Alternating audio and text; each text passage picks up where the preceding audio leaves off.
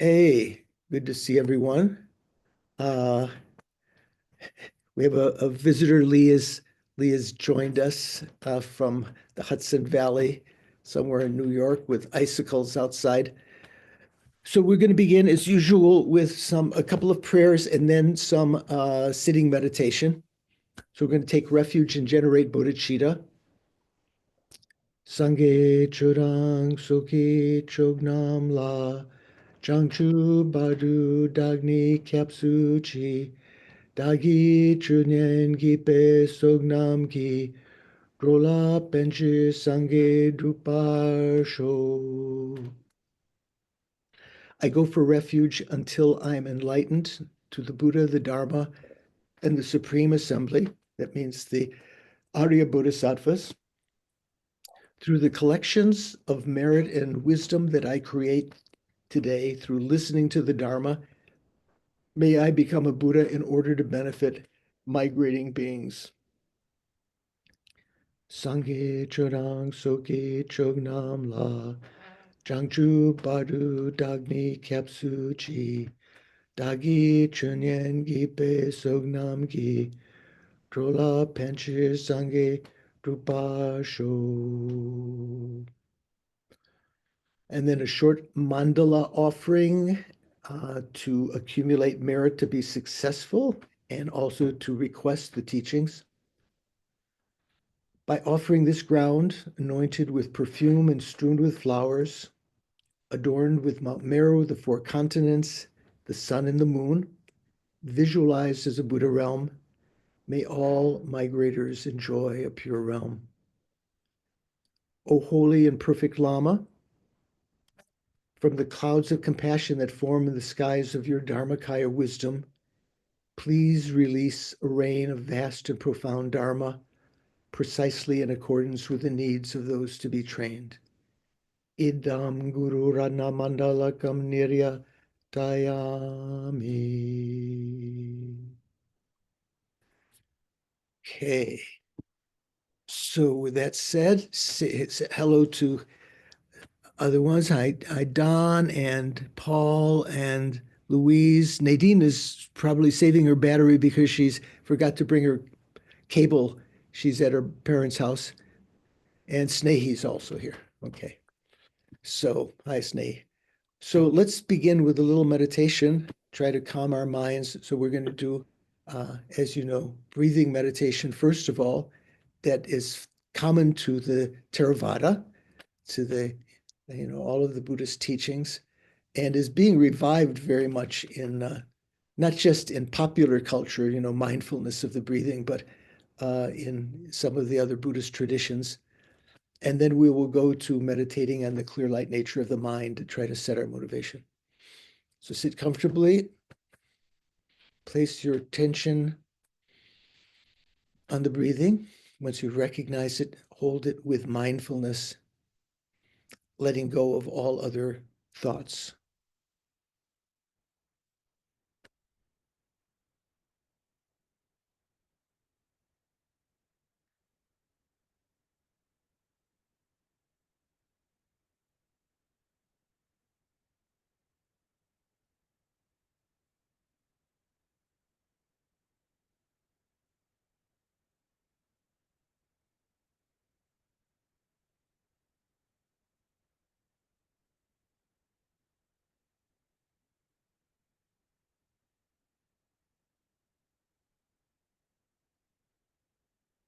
As you do, relax your body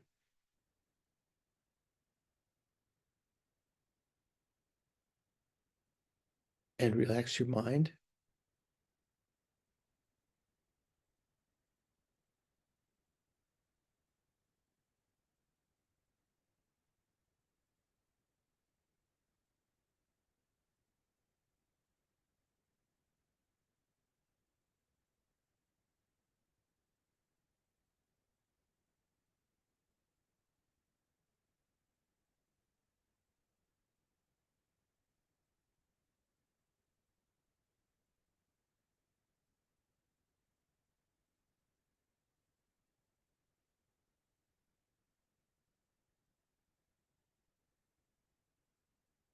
If you notice other thoughts intruding that prevent you from being mindful of the continuity of the breathing, let go of them. Recognize that if you don't feed them with your attention, but invest that attention instead in the breathing, that they will lose their vibrancy. They'll begin to disappear from your mind stream.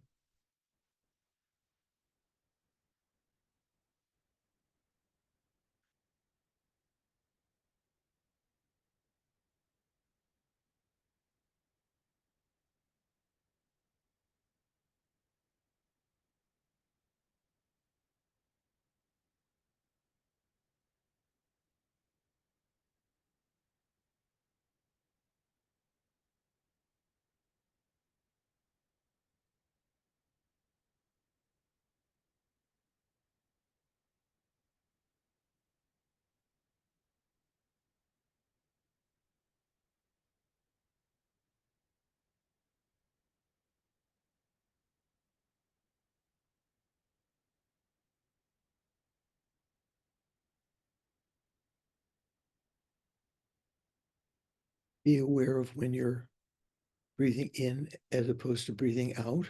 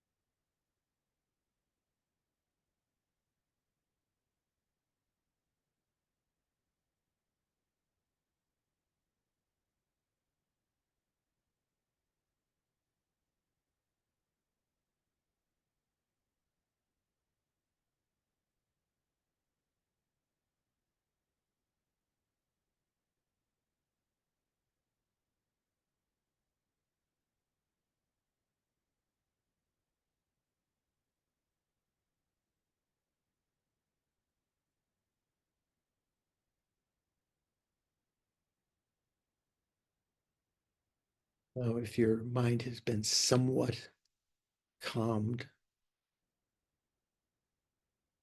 by not following the conceptualizing thoughts, turn your attention now to your mental consciousness rather than your breathing. It's a much more subtle object that we have to recognize by its content, first of all, because the mind itself is of a clear and illuminating nature.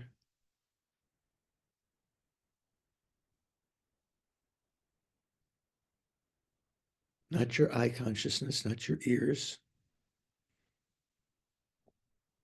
not your nose consciousness or tongue or even body consciousness that was probably more useful in watching the breathing. Let go of those.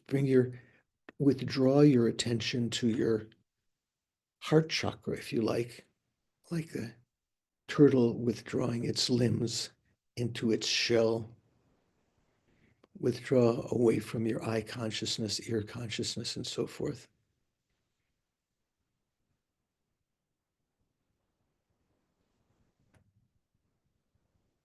So within the mental consciousness, various ways to describe the contents: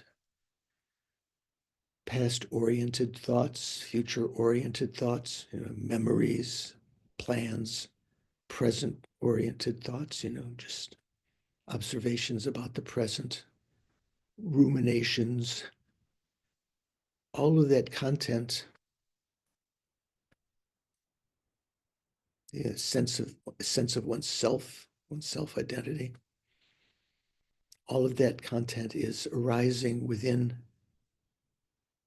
a clear light nature of the mind, like a clear sky, not with a color, not colored blue, like on a clear day, our sky might have that appearance in this world.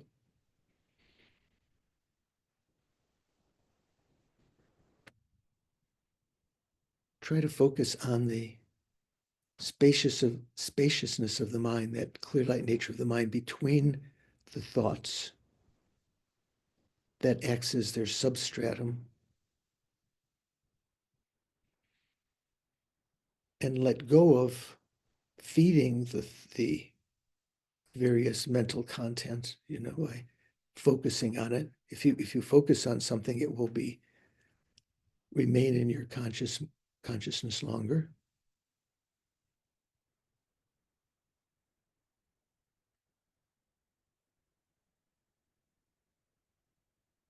This clarity of the mind, this clear light nature, or conventional clear light nature, it is what is also recognized as our developmental Buddha nature. This clear light nature of the mind does not hinder the arisal of new mental events.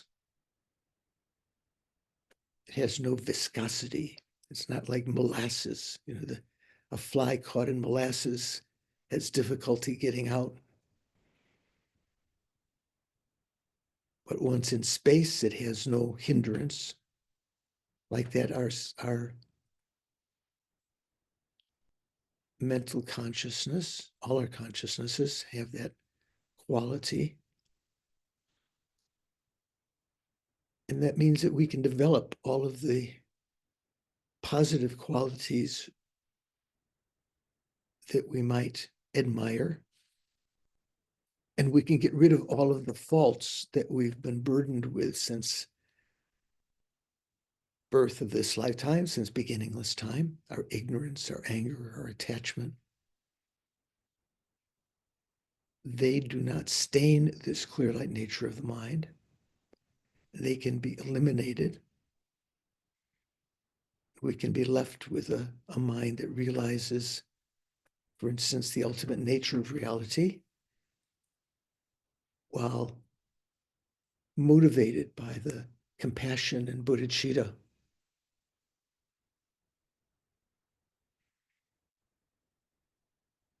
And think that the fact that we can recognize this right now, that we have this clear light nature of the mind, this incredible quality that all sentient beings have but do not recognize. The fact that we can recognize it now is due to this auspicious moment, the Buddha called, of leisure and endowment, life of leisure and endowment, of perfect human rebirth. It comes oh so rarely in the normal course of events, is ebbing away as we are meditating.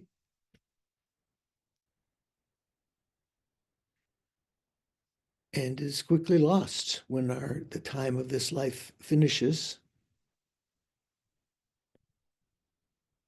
Thinking rather than using this opportunity, this great opportunity to become more powerful or popular, or to have more possessions or power, or to constantly feel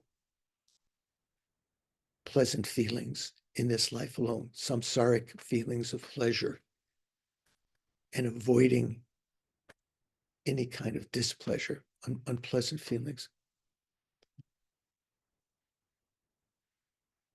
Thinking that we can use this life instead to meditate on the stages of the path, to develop renunciation,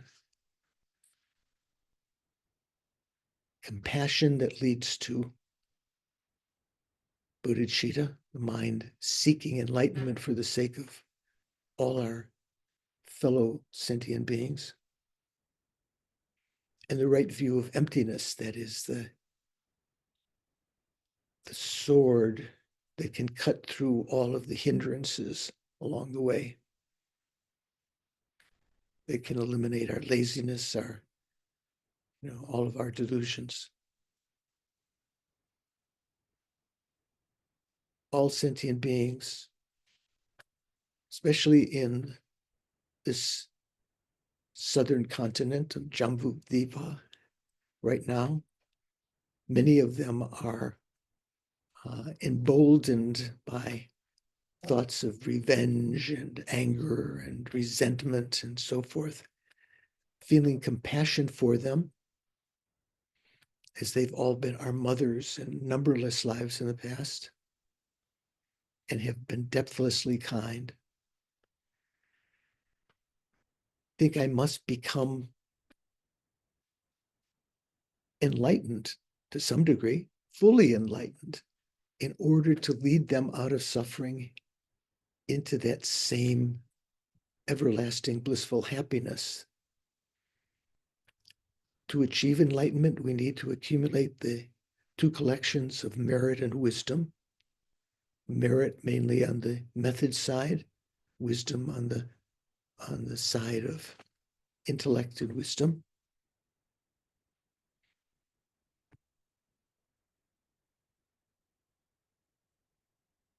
And if you're like most of us, we don't have imprints of naturally inclining ourselves to accumulate those.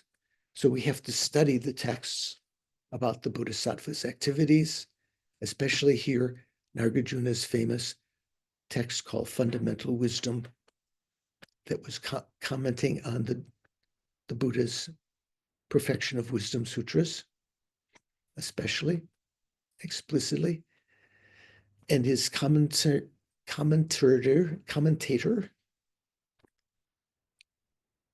Chandrakirti, who wrote the Madhyamaka Vatara,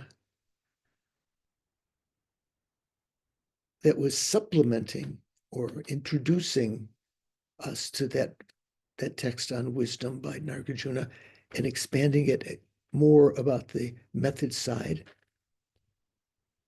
especially Lama Tsongkhapa's commentary on Chandrakirti that we're studying right now, that explain how to accumulate the two collections of merit and wisdom. I think I'm going to participate today with the purpose in mind of achieving enlightenment for the purpose of benefiting sentient beings, for the aim, with that aim in mind, those two aims, two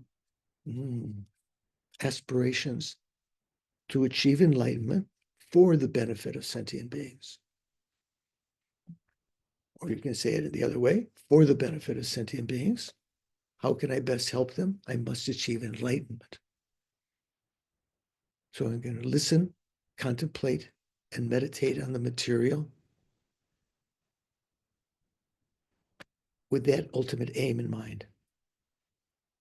I'm going to participate in order to achieve enlightenment for the sake of all sentient beings.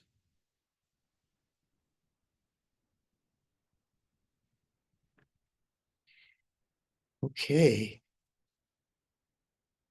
So bringing your attention back to the present, I notice a couple of the eyeglass wearers take your glasses off when you're meditating. I've heard some people, I don't wear glasses all the time, but I've heard some people say they need to wear their glasses in order to meditate. Paul's putting on his. What do you think, Richard? Do you take your glasses off when you're meditating, or you put them on? I do. It enables me to pay attention a little bit better. Oh, okay. Interesting. We could take a poll someday. Okay, here we are. I apologize last week. Class was canceled at the last minute. I'm in the process of dealing with a kidney stone that's in the tube coming down. So waiting for, I'm not in pain generally yet. I read something like 10 or 11% of people in the States have passed kidney stones in their life. I know Paul has, we've exchanged it. Richard, you have, how many other people have had kidney stones? Only Sean. Oh, and Mikhail. Okay, so yeah, it's maybe like 10, 12, 15%. Uh, not particularly pleasant, but I had to take a little breather last week, so I apologize for that. So here we are. We are still studying the section in Gompa Rapsal that's refuting inherent existence. Particularly, we're talking about the section that refutes generation from others. Remember the four propositions that Nagarjuna pointed out, that in order to prove that there's no inherent existence, one way of going about that is to refute generation from oneself, like the seed, that the sprout comes from itself, that the sprout was somehow already there. We've refuted that very easily. Then we're in the section of refuting generations from something other than itself, so that the sprout is generated from an inherently different seed, from a seed which is inherently different from itself. That's the main section we're at. Later, we'll refute easily the other two options. What are the other two options, Luis? Do you know? Both and neither. So generation from both self and other inherently, and or generation from without cause. So those are relatively easy to refute later. But we're on this section, and in this endeavor, we've gone into a lot of detail for many weeks now on the two truths, and a very important subject, and Lama Tsong has given a lot of elaboration here. So that's the section that we're on right now, and we're right about to begin in Thupten Jinpa's text. Let's see, does it have? I don't think I have the page number. Oh yeah, I do. Page number in Jinpa 250, and in Hopkins' corresponding text 258. That's essentially where we're at right now. So we're at the section that says, now it is not that a Buddha's knowledge of things in their diversity perceives aggregates and so on, because it is affected by habitual propensities of ignorance. You see that section? Yeah. And Jeffries, that first phrase in Jeffries is saying, although with respect to a Buddha's knowledge of the diversity, the aggregates and so forth do not appear upon its being polluted by the predispositions of ignorance, what appears to the consciousness of other persons that are polluted by the ignorance must appear to a Buddha.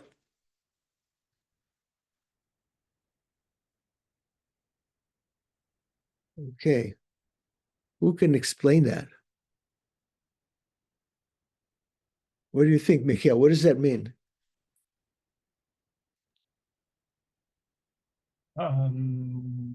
We ordinary beings see conventional things due to our karma,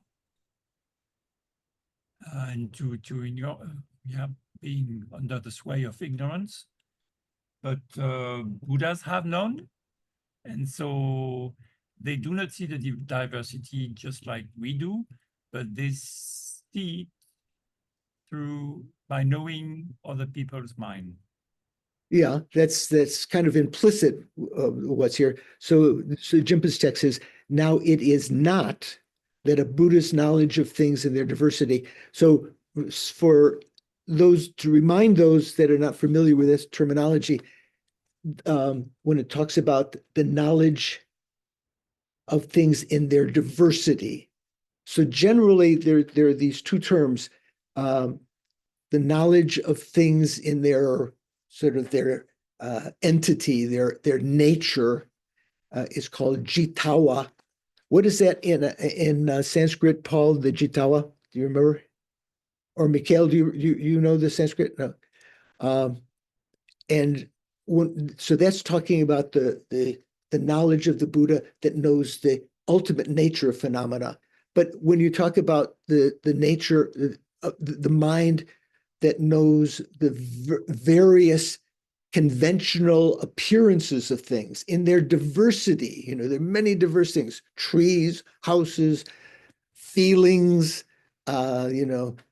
even the delusions and virtuous states of mind. All of these are called under the rubric of the knowledge of things in their diversity. So that's talking about the conventional nature of the mind that knows conventionalities. So it is not that a Buddha's knowledge of things in their diversity perceives aggregates and so on because it is affected by habitual propensities of ignorance. So as Mikhail was saying, that means that the Buddha's mind is free of those imprints of mind, imprints in the mind that brought about the appearance of phenomena. So the two kinds of obscurations in the mind, we call the obscurations to liberation, the obscurations to omniscience.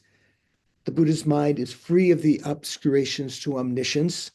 And so when the Buddha perceives the dependent arising that's here, it has no particular appearance. It doesn't have, so he doesn't know the diversity of things because of being affected by those imprints that are under the category of obstructions to omniscience. Nevertheless, a Buddha must perceive the appearances experienced by other beings, as Mikhail pointed out, whose cognitions are tainted by ignorance. There's no denying that such appearances do exist. And since a Buddha has to know everything that exists, these appearances do exist. And if such a conventional truths exist, it must be perceived by a Buddha's gnosis pertaining to things in their diversity. Okay. Is that sort of everyone comfortable with that? Okay. Lee's just joining us today. She's joined in from just out of curiosity. Lee, does it make some sense? Maybe completely clear? Yes. Okay, good. Okay, excellent. So Thank you. Yeah, let's continue in Jim's translation. We'll go back and forth with that and Jeffrey Hopkins. In the case of the analogy, however, though there is no appearance of floating hairs and such for the visual perception of someone free of myodesopsia, which I mispronounced before, leaving off the last SIA, myodesopsia,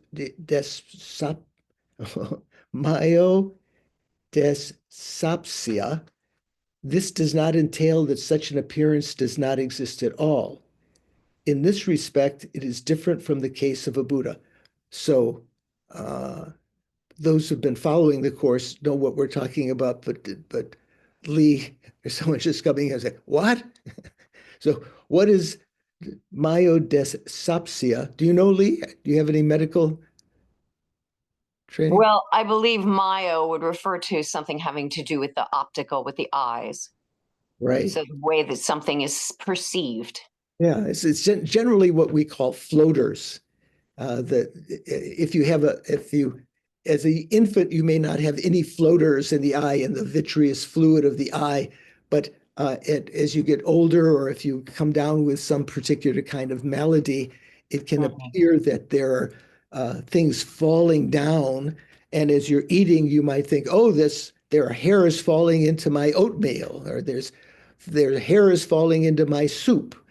So that's what it's talking about, floating hairs here. Or Thank you. sometimes like bees, swatting the bees that aren't there.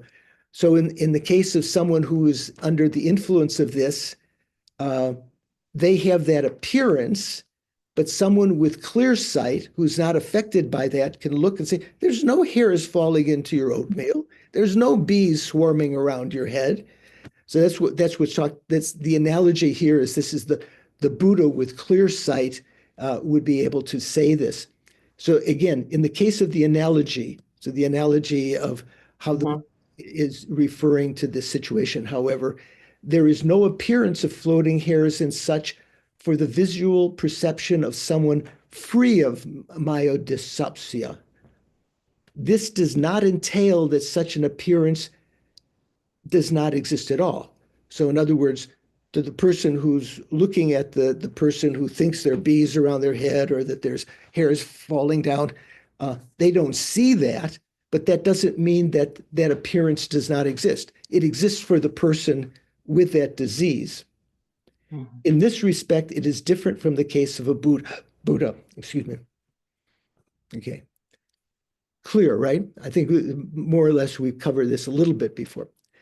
Then continuing, until the habitual propensities toward erroneous dualistic appearances cease, one is not capable of generating direct realization of things in their diversity and the way things really are with a singular instance of knowing.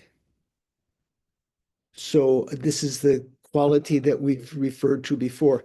Until you have, here it says, the habitual propensities toward erroneous dualistic appearance.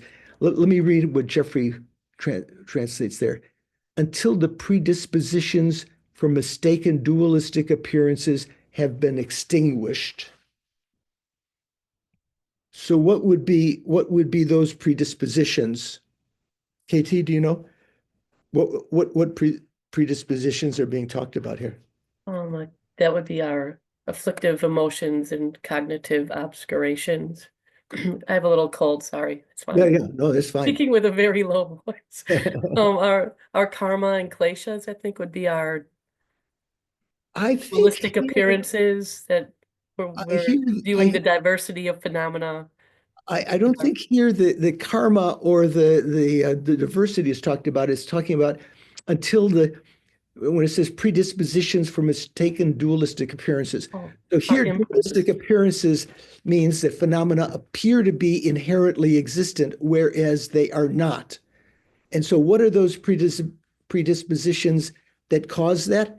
That's a subset of the obstructions to omniscience. Like the imprints. Yeah, the imprint. Okay, yeah, thanks. Of I had to ignorance. trigger my brain a little there. Right, not the klesha themselves, but the imprints of them that have been left on the consciousness, even when the klesha, when the delusions, afflictions are removed, like say the arhats and so forth, or the bodhisattvas and the pure bhumis, they still have that predisposition to see that dualistic appearance, that in other words, that phenomena appear to be inherently existent. Until the predispositions for mistaken dualistic appearances have been extinguished, the two comprehensions, and one of which is the mode of being of phenomena. So that's talking about this jitawa, that's like the actual nature of phenomena, direct realization of emptiness. And two, of the diversity of phenomena, that means the conventional appearance of phenomena, cannot be generated in one entity, and as a result of that, due to which these must be comprehended within an alternation between meditative equipoise and states subsequent to meditative equipoise, and therefore comprehension of these two does not come within a single instant of pristine wisdom. So those have been following, we've mentioned this fact several times in different contexts. It doesn't come as news, new thing. But let me read how Jimpa translated that again. Until the habitual propensities toward erroneous dualistic appearances cease, one is not capable of generating direct realization of things in their diversity and the way things really are within a singular instance of knowing.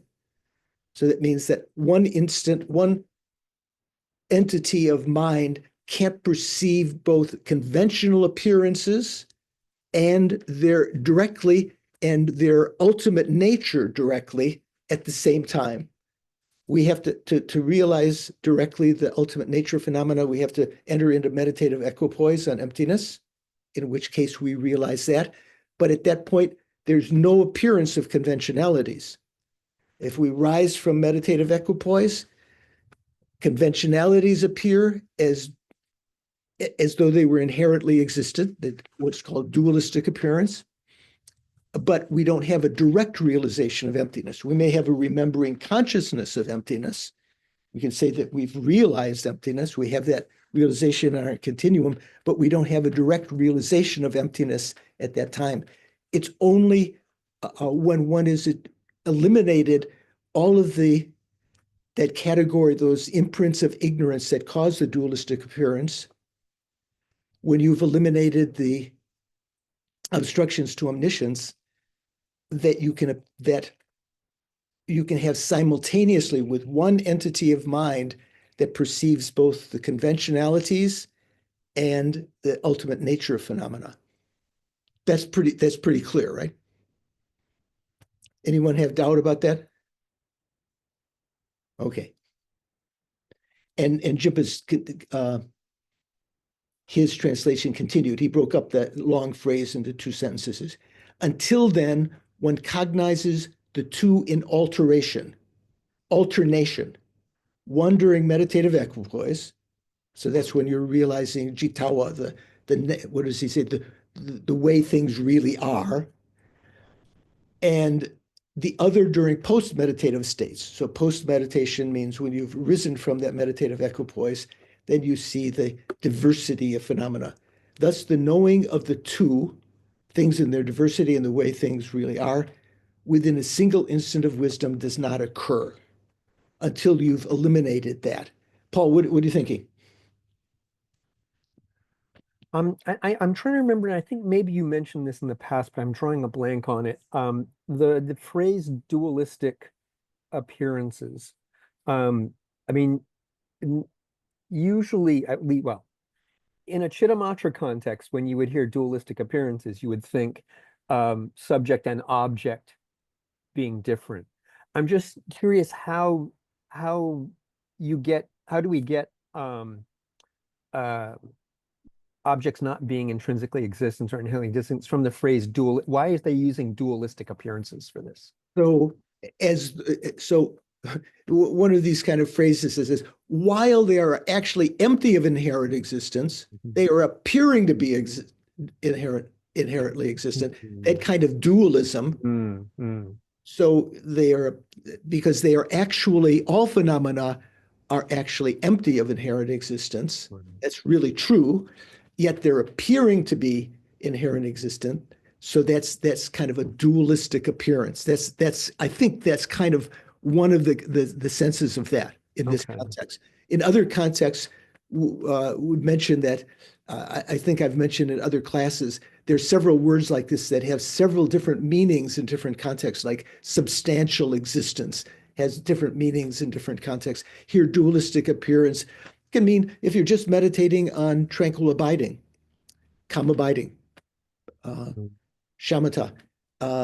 If you have, say you're meditating on the Buddha in front of you, an image of the Buddha in front of you, your mental image, when your mind permeates that and there's no sense of you as the observer and the object out there, one could call that non-dualistic. But that's not what's being talked about here, non-dualistic. Okay. Yeah. And also, as Nadine had brought up last class, there's a mention of this in Tantra, that in the practice of Tantra, highest yoga Tantra especially, it's said that one tries to develop on the completion stage the simulation of this, yourself as the deity. And I'm pretending to be here Vajrayogini here because yesterday was a special day of Vajrayogini of the entire year. You yourself as the deity appearing, but understanding through analysis. You're performing penetrative insight, or vipassana at this time, that it doesn't exist the way that it appears as inherently existent. So with that one state of mind, you're trying to emulate the state of a Buddha, create the cause to have those two things, the appearance of the diversity while also understanding they are empty of inherent existence. And then it has ramifications in the further states of the completion stage of highest yoga tantra. So that has sort of the ramifications of this. Okay, so let's continue with Jimpa's translation first again. Once all habitual propensities toward error are eliminated, the two aspects of a Buddhist gnosis arise uninterruptedly as a singular instance of knowing within each and every individual moment.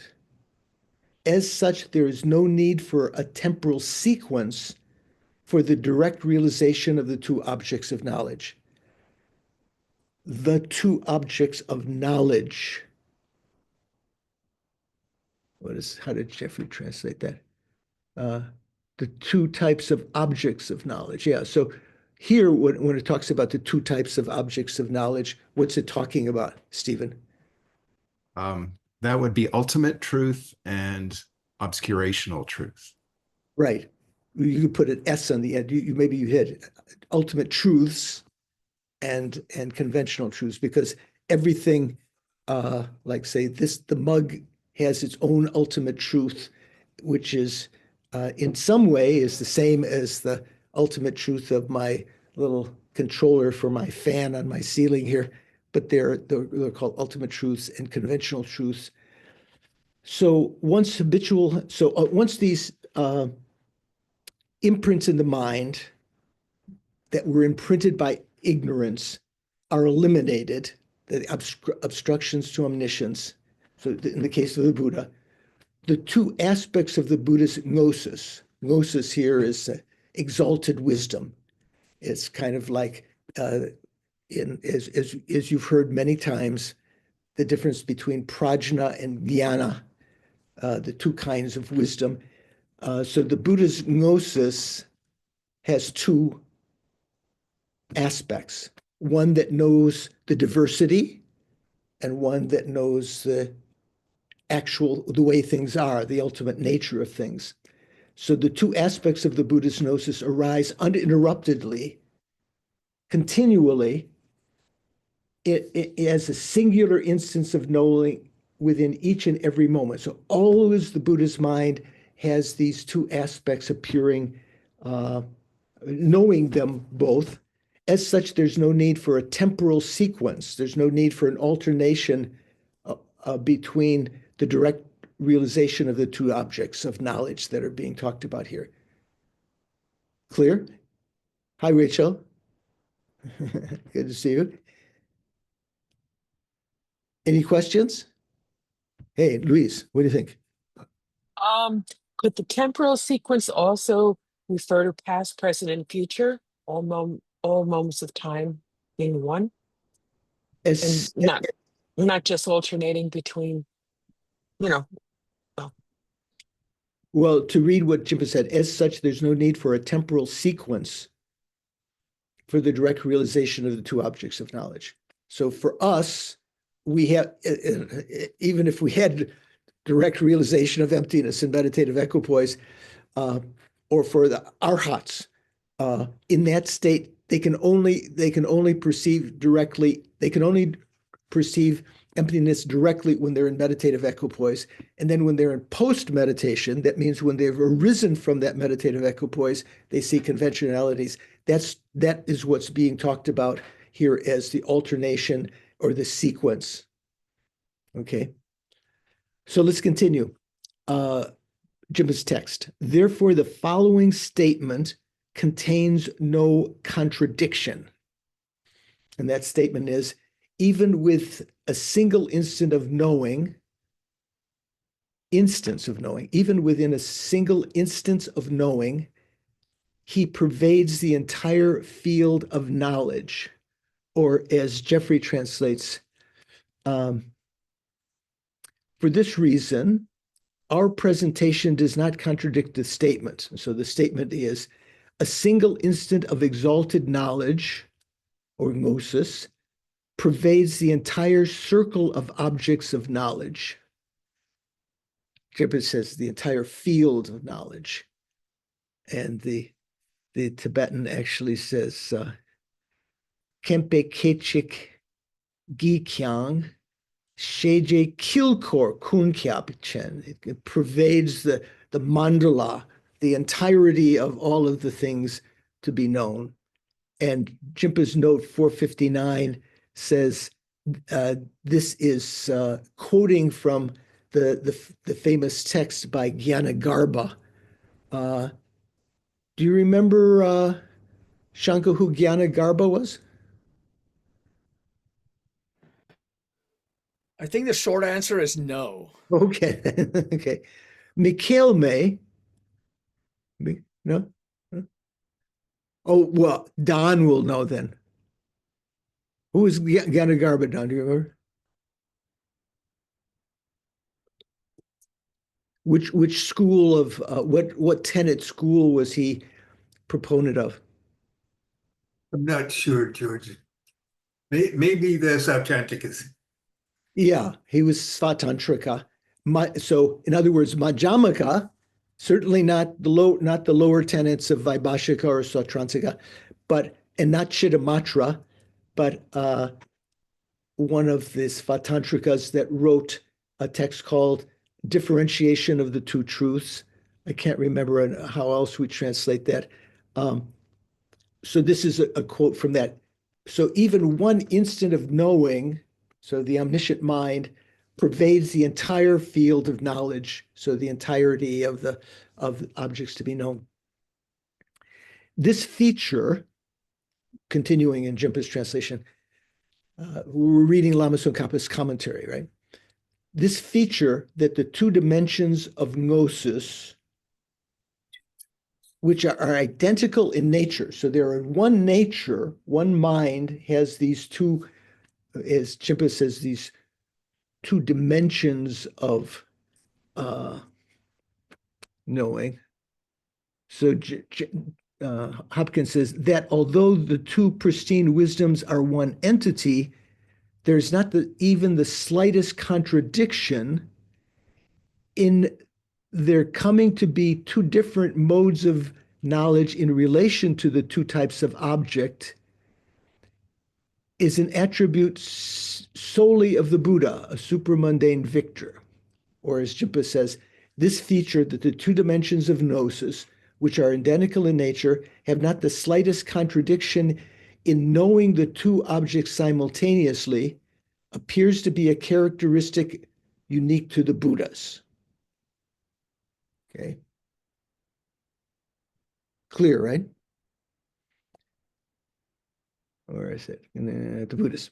To the Buddhists. Then continuing, there are some who appear to take the mode of knowing ultimate truth alone to be the Buddha's mode of knowing, and denigrate the Buddha's knowing of things in their diversity, asserting that such knowing is absent in the Buddha's own mind and exists only within the mental continua of trainees.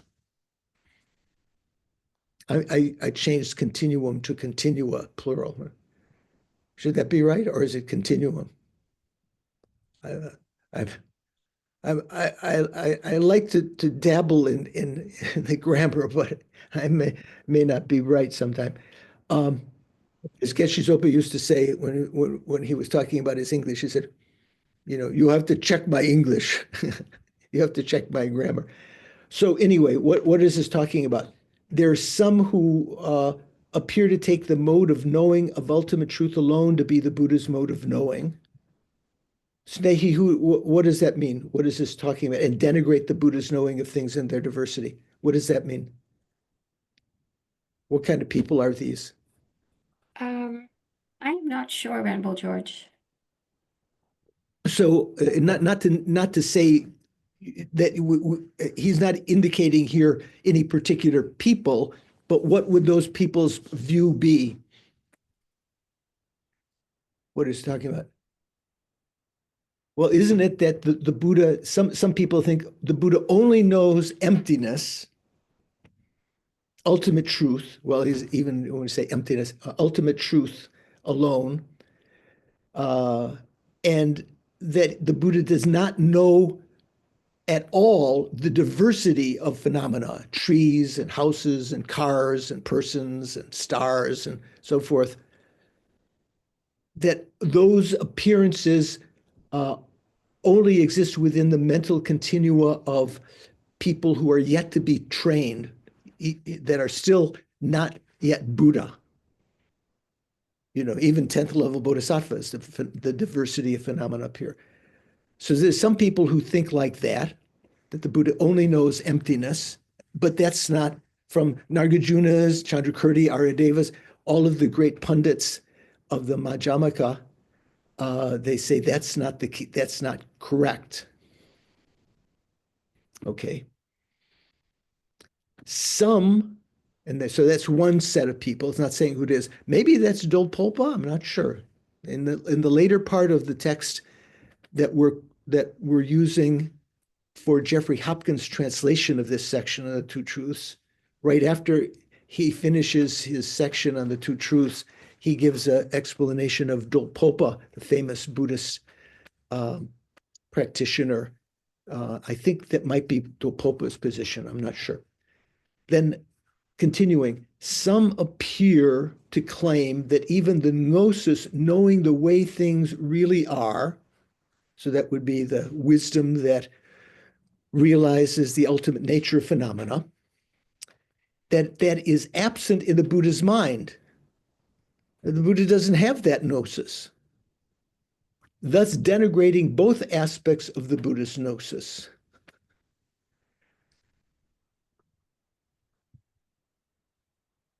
Any idea who that is, Mikhail?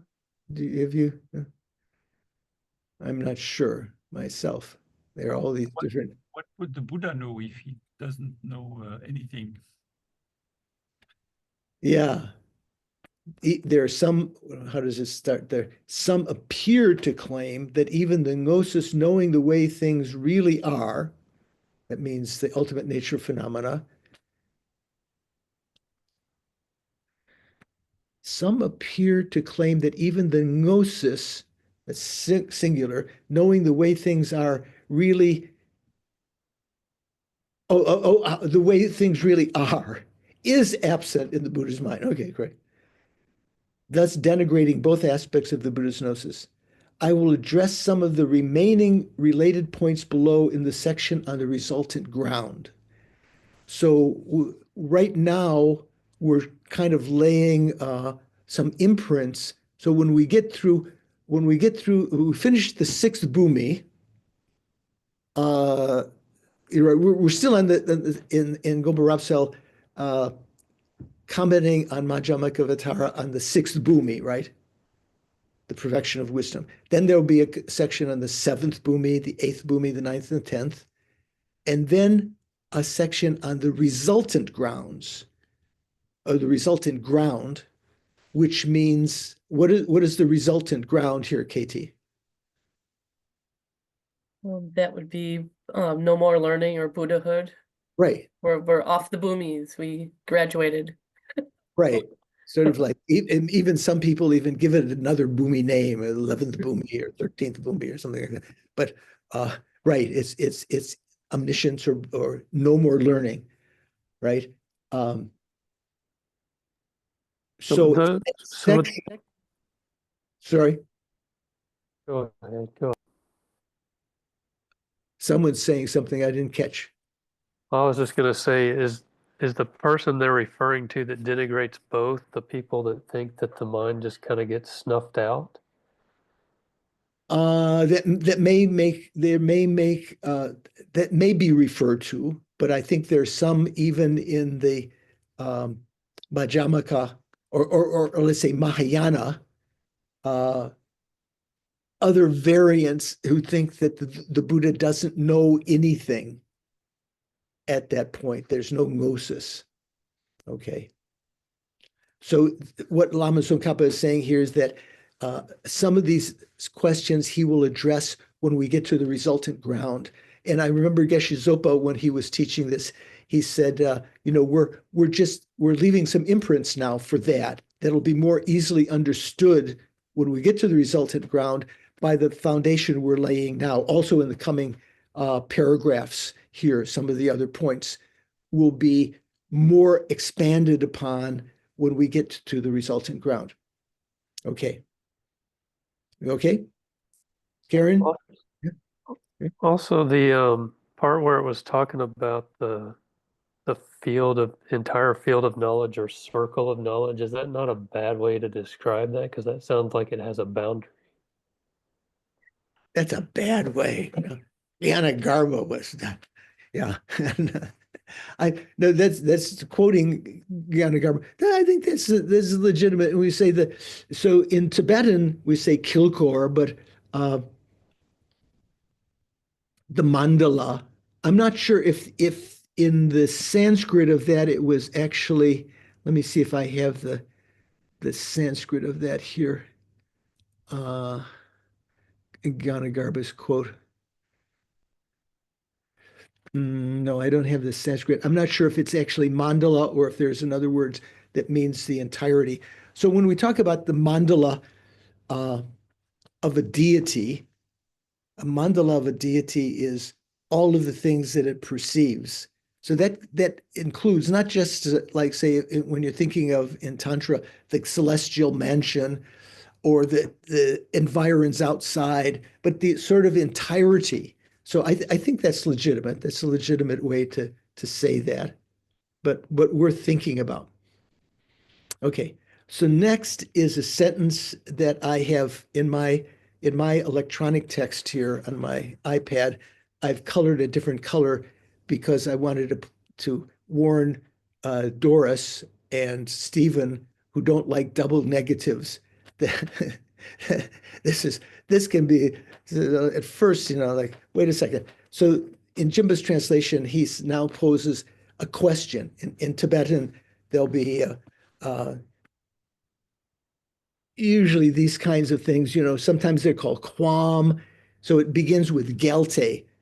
Gelte can sometimes in Tibetan just mean if, but here it's if someone were to say this, if there was a question, isn't it the case? It's already got one negative in there, right? Isn't it the case that such nature, which is constituted by the dissolution of all dualistic appearances, is not seeable? There's the other negative. It's a double negative, right? What does that mean? Isn't it the case that such nature, which is constituted by the dissolution of all dualistic appearances, is not seeable? Well, we're just talking about, there's some who say the gnosis, knowing the way things really are, is absent in the Buddha's mind. We just mentioned that above, right?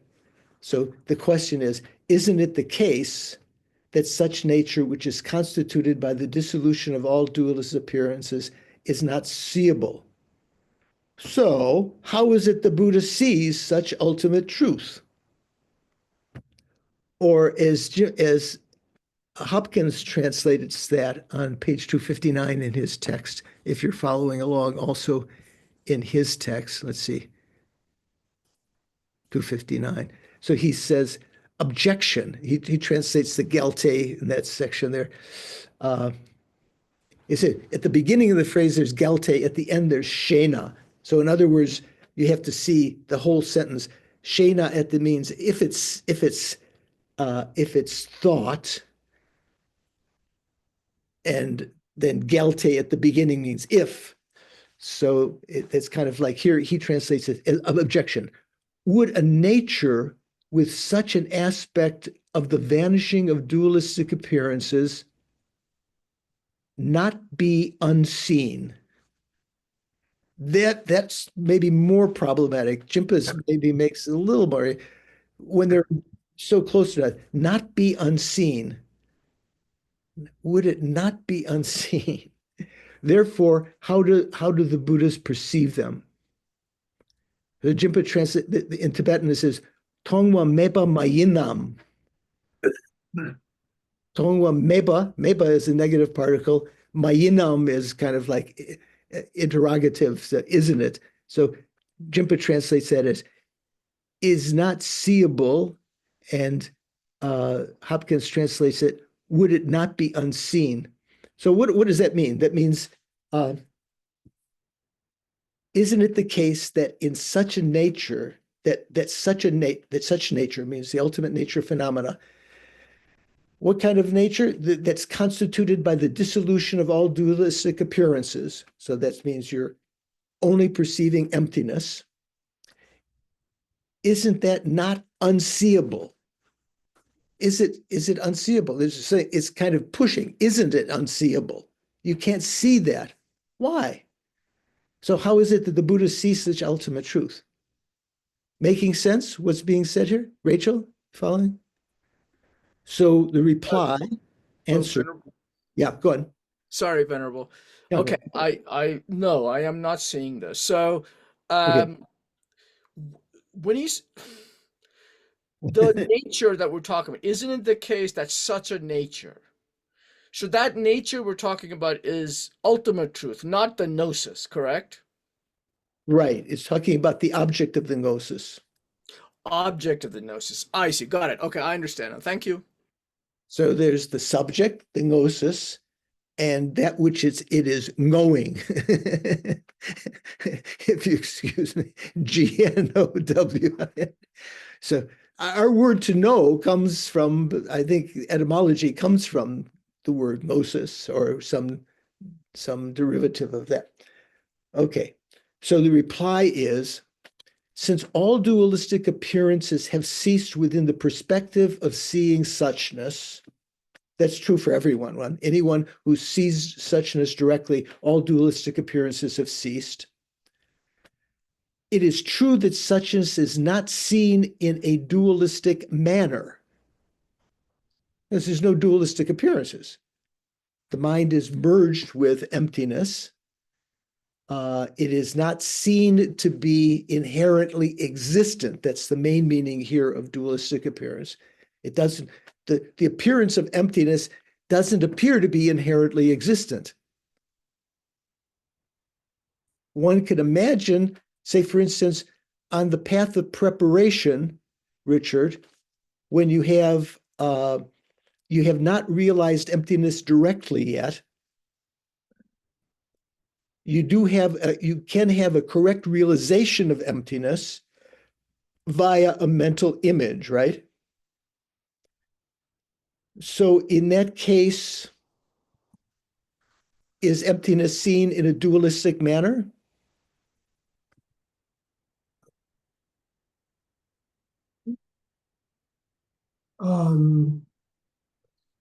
I would imagine that during the time that you're perceiving emptiness, no.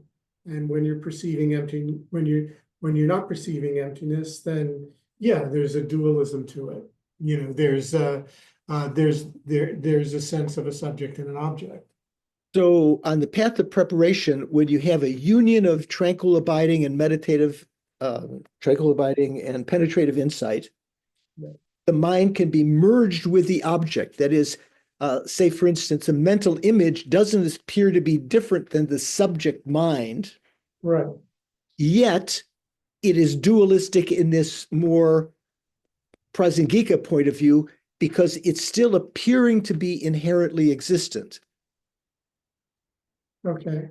Since all dualistic appearances have ceased within the perspective of seeing suchness, it is true that suchness is not seen in a dualistic manner when you have that direct realization of emptiness.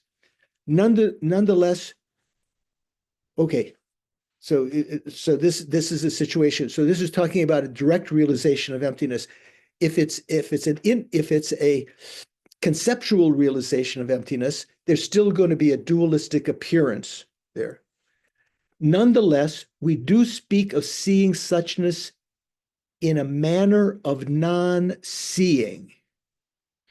Or as Jinpa says, as Hopkins says, since dualistic appearance has vanished in the perspective of perceiving suchness, it is true that it is not perceived in a dualistic manner, because dualistic appearances have subsided, have vanished, but it is said that they perceive in the manner of non-perception, or as Jimpa says, we do speak of seeing suchness in a manner of non-seeing. So I mentioned this a couple of classes ago, or maybe the last class because we missed last week, I can't remember. This phraseology that you see in the Mahamudra and in the dohas of the Mahasiddhas. Rachel, are you familiar with that term, doha? What the dohas were? Yeah. These are the spiritual songs, is that right? Yeah, some of this kind of the songs. Paul, do you know how would you translate doha into English? As Rachel said, sort of spiritual songs, or I think that's usually how it's done, something like that. Yeah. But so, but it arises spontaneously, right? So that's a big part yeah. of the Doha thing. Yeah. So Milarepa is famous for, as Shankar is saying, having these spontaneous kind of insights that he enunciated. They didn't use the word doha because that's a Sanskrit word, but it's kind of the same kind of thing, I think. So very famous kind of expressions that not seeing is the best seeing, or vice versa. The best seeing is not seeing. Like that can be kind of enigmatic, to say the least. Anyone here attend the Yangtze Rinpoche's course on the Mahamudra this last couple of weekends? No one? I was interested to see if that might have been broached in his course, because in the Mahamudra, the text by commentary that the Dalai Lama gave on the first Panchen Lama or the fourth Panchen Lama's text on the root text on the Mahamudra that he composed. The Dalai Lama gave a commentary on that at the first Dharma celebration, the first FPMT Dharma celebration in Dharamsala. It was in 1988 or something like that. And Alex Berzin translated that. That came out a book. Nice book. It's very worthwhile having. And in there's some, he goes through this, those kind of statements, because they appear in Tantra. They appear in the Mahasiddhas were mainly practicing Tantra. This kind of statement about the best seeing is not seeing. So what does that mean? That means the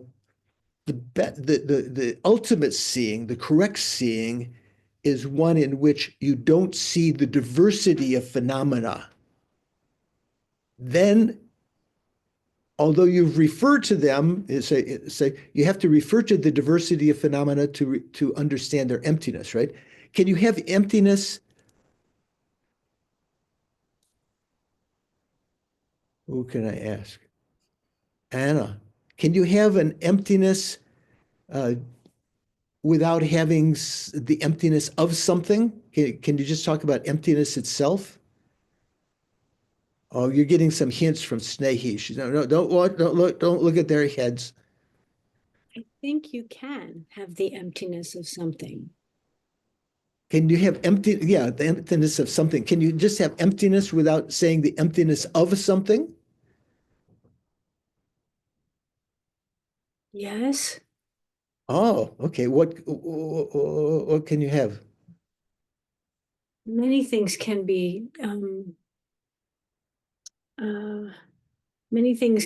empty, literally, without saying that it has no inherent existence. Like my cup can be empty. Things can be. No, I'm not meaning that. I'm not meaning that. I'm saying the meaning of emptiness. Can you just have emptiness in the sense of the lack of inherent existence? In how do you say it? In vitro? No, not in vitro. It's sort of without saying the emptiness of something. No, emptiness only occurs with respect. It's interdependent. Emptiness only occurs with respect to some substratum. The emptiness of my mug, the emptiness of my nose, the emptiness of myself, the emptiness of phenomena, in plural, or a phenomenon. So, yeah. So when you're meditating on emptiness, you have first had to refer to some conventional phenomena and recognize that that phenomena, which is appearing in a dualistic way, is actually empty of that dualism. That means it does not exist inherently. And then you meditate on that. In that meditative equipoise on emptiness, the substratum, the mug, my nose, the self, whatever that you're meditating on, the emptiness of, that does not appear, that is not seen in that meditative equipoise. So the best seeing, the correct seeing, the ultimate seeing is not seeing. So the two seeings in that phrase, the best seeing or ultimate seeing is not seeing, they're referring to two different things. The best seeing, that means the seeing of emptiness, is not seeing the diversity of the substratum. You have no dualistic appearances in that meditative equipoise on emptiness. What do you think, Ron? Makes sense? Okay. Snehi, what do you think? Would you repeat that again, please, Venerable George? The best seeing is the not seeing? Yeah, so here it says, we do speak of seeing suchness in a manner of non-seeing. So what I'm giving us some preview of other ways that's phrased in the Dohas and in Tantra, where it says the best seeing is not seeing. So what that means is the best seeing, the word seeing comes twice in that sentence, right? The best seeing is not seeing. The first seeing refers to seeing emptiness. So the ultimate seeing emptiness, is not seeing the diversity of phenomena, not seeing conventionalities. So in that meditative equipoise, all that is seen is the non-dualistic appearance of emptiness. Emptiness does not appear to be inherently existent. All you're seeing is the ultimate nature of phenomena.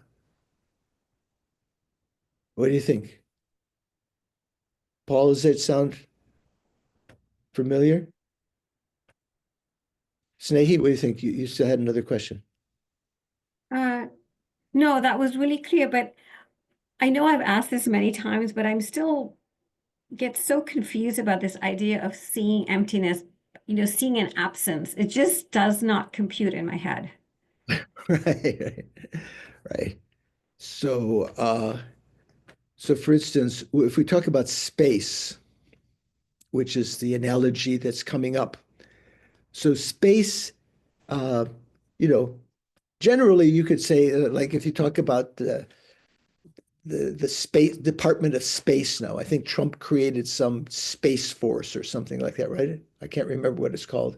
Anyone remember? Do you know, Don? What is it called? Department of Space Force. The Space Force, right? So space, we talk about space, like out there's space, and we talk about there's plenty of space in my house. You can come and live in my house. I've got plenty of space. So it's almost as though you can see space. Like I see, oh yeah, there's lots of space in my loft up here. But that's not what is, we say space in Tibetan, we say namka.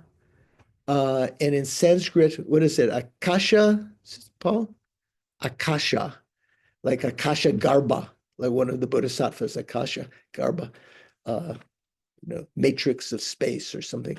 So there are two kinds of space, generally is mentioned in the Abhidharma. We've talked about this many times. The space which you can see, that you can perceive, which is like perhaps has a color or something like that. And the space which is actually being referred to here, the absence of obstructing contact. So in our meditation at the beginning of class, we're talking about the nature of the mind. This conventional clear light nature of the mind is lacking any kind of obstruction to the entry of phenomena into the mind and to the reabsorption of those mental events back into the mind, right, Snehi? You're familiar with that.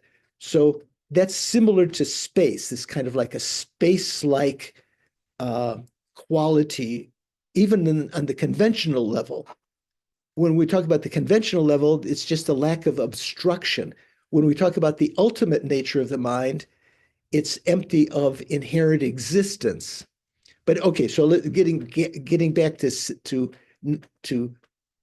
seeing the absence of something. So how would we perceive, how would we have a realization, Stephen, of the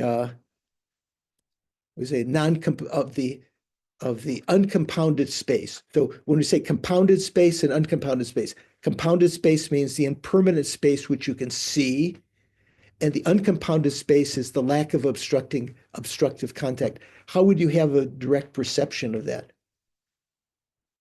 Could you see it with your eyes? No. No, not with the ordinary eye, maybe with the wisdom eye. How would you have that perception? How would you go about perceiving that?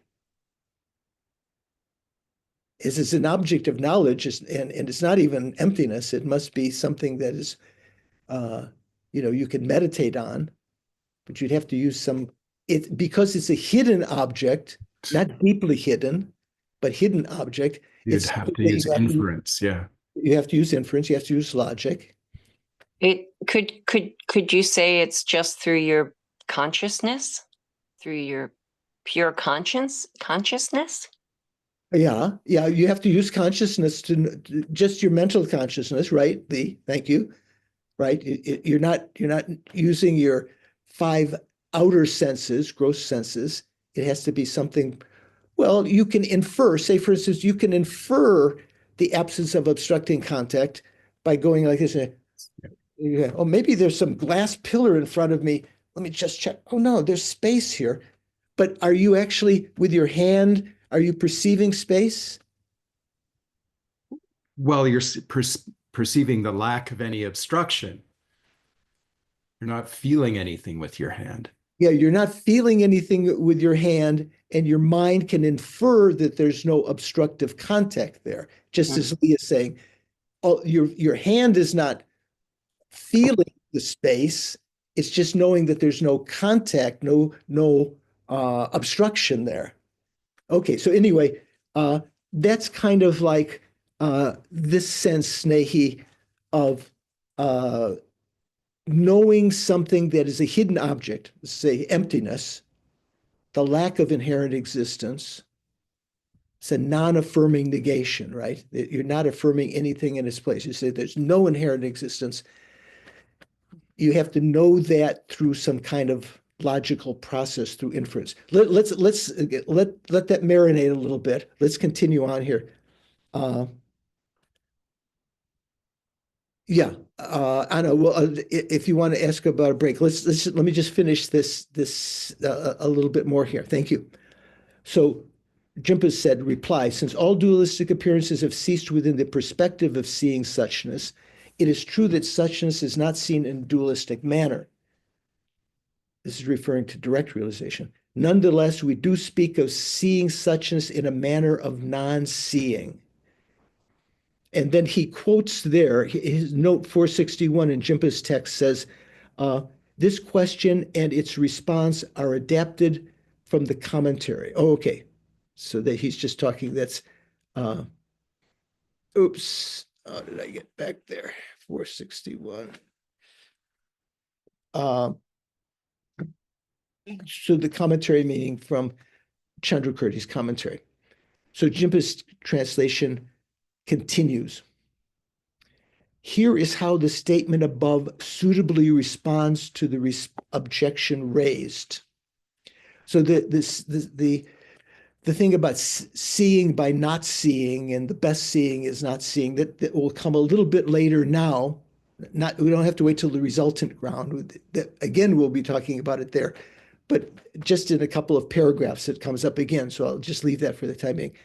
Here is how the statement above suitably responds to the objection raised. So what was the objection? Isn't it the case that such nature, which is constituted by the dissolution of all dualistic appearances, is not seeable? You know, how could you see that? So how the statement above suitably responds is, it states that a Buddha's gnosis, the Buddha's exalted wisdom that directly knows the way things really are, directly knows the way things really are, does not see suchness of aggregates and so on.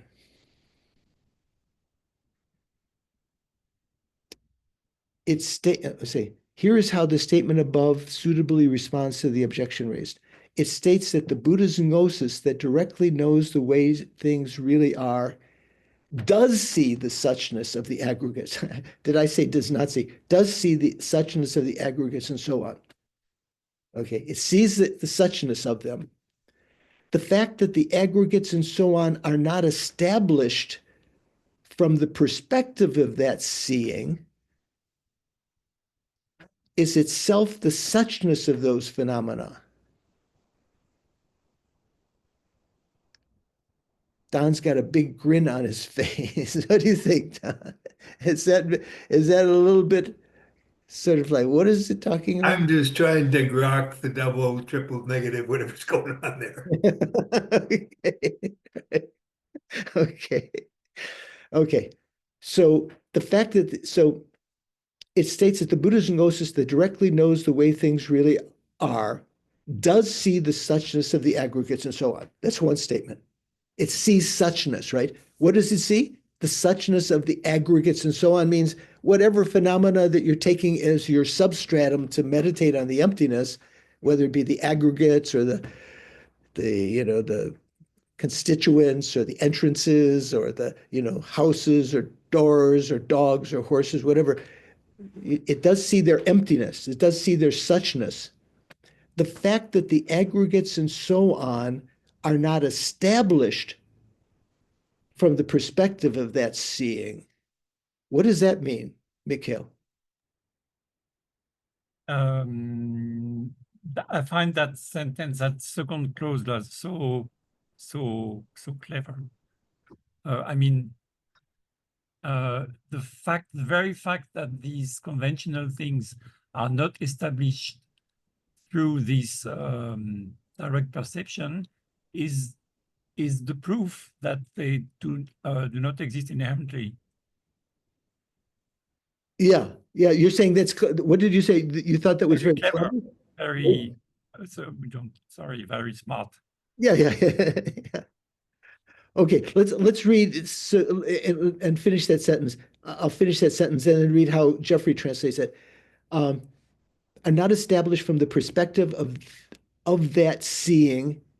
That fact is itself the suchness of these phenomena, and that such gnosis therefore sees the suchness of the aggregates and so on in a manner of not seeing. So Jeffrey translates that phrase. Let me get my glasses on again here. Because that knowledge of the mode of being of phenomena, that means the ultimate nature, that knowledge, directly perceives the suchness of the aggregates and so forth, and because the non-establishment of the aggregates and so forth in the perspective of that perception is their suchness. So what does that mean, the non-establishment? So when we talk about phenomena, how they exist, they have to be established by a valid cognition, right? They have to be perceived by a valid cognition or established, posited by a valid cognition.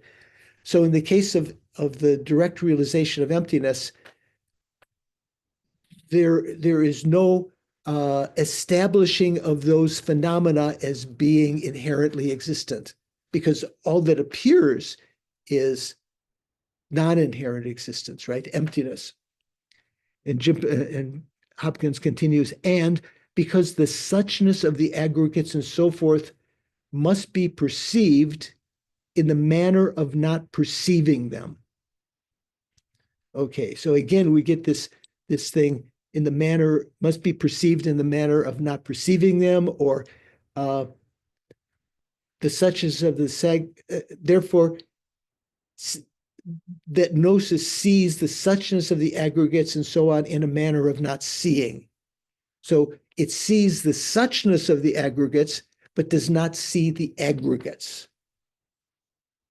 So Geshe-Zopa made a point of saying when you use this kind of terminology that comes in many, many places, in the Mahamudra and highest yoga tantra, and in many sutra places here, and just in the non-tantric sense also, when you're talking about seeing, the best seeing is not seeing. The two seeings are referring to two different things. You're seeing emptiness, and you're not seeing the substratum of that. The substratum that you had originally analyzed does not appear in that meditative equipoise, right? Paul, I can hear the gears turning a little bit there. What we're thinking? Making sense? Yeah. Okay, Rachel, what do you think? Sounds good. Sounds good. Okay. Okay. Okay. Okay. So yeah, so let's take a little break. If you need to get a cup of tea or coffee, or just hydrate, or go to the bathroom, I'll turn off my camera. Okay, we're back. What was it? Arnold Schwarzenegger, wasn't it? I'm coming back, or I'm back, or something like that. Okay. So we just had a little discussion while we took a break about Saraha, one of the Mahasiddhas. I think Nagarjuna is sometimes credited as being one of the Mahasiddhas himself, because although we're recognizing Nagarjuna as being predominantly talking about the philosophy of emptiness and so forth, he was a great tantric practitioner and wrote what text on Guhya Samaja did he write, Paul? The Panchakrama is a famous one. So is the 5 stages. Also the Bodhicitta Vivarana, the essay on bodhicitta, essay on the mind of enlightenment, Which we've actually quoted here sometime, which has right. tantric and sutric interpretations, but the 5 stages set the kind of terminology, one of the kind of terminologies for the different stages of highest yoga tantra, isolation of body and speech and mind and so forth. Okay, so let's continue. The last sentence that we were quoting from Jimpa was part of it was seeing that seeing is itself the suchness of these phenomena, and that such gnosis therefore sees the suchness of the aggregates and so on in a manner of not seeing.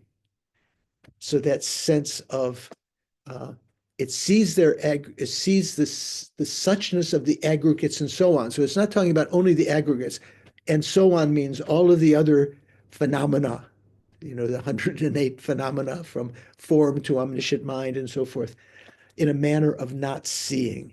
So they are not appearing in that meditative equipoise. Thus the commentary states, so again quoting Chandrakirti's commentary, he directly perceives the true nature alone without touching the produced entities themselves. Having fully realized this nature, he is called an awakened one. Or in Jeffrey's translation of that same phrase, without contacting, how did Jimpa say? Without touching, right? So marekpa, into Tibetan marekbar. Without contacting produced things, products, the things that are impermanent and conventional, it actualizes solely the nature, the rangshin, the svabhava, whereby suchness is understood. Therefore, and then Jeffrey has in brackets, a being who possesses such knowledge, unbracket, is called Buddha. Or Jimpa says an awakened one. He doesn't use Buddha there. And so his note 462, what does it say? Commentary.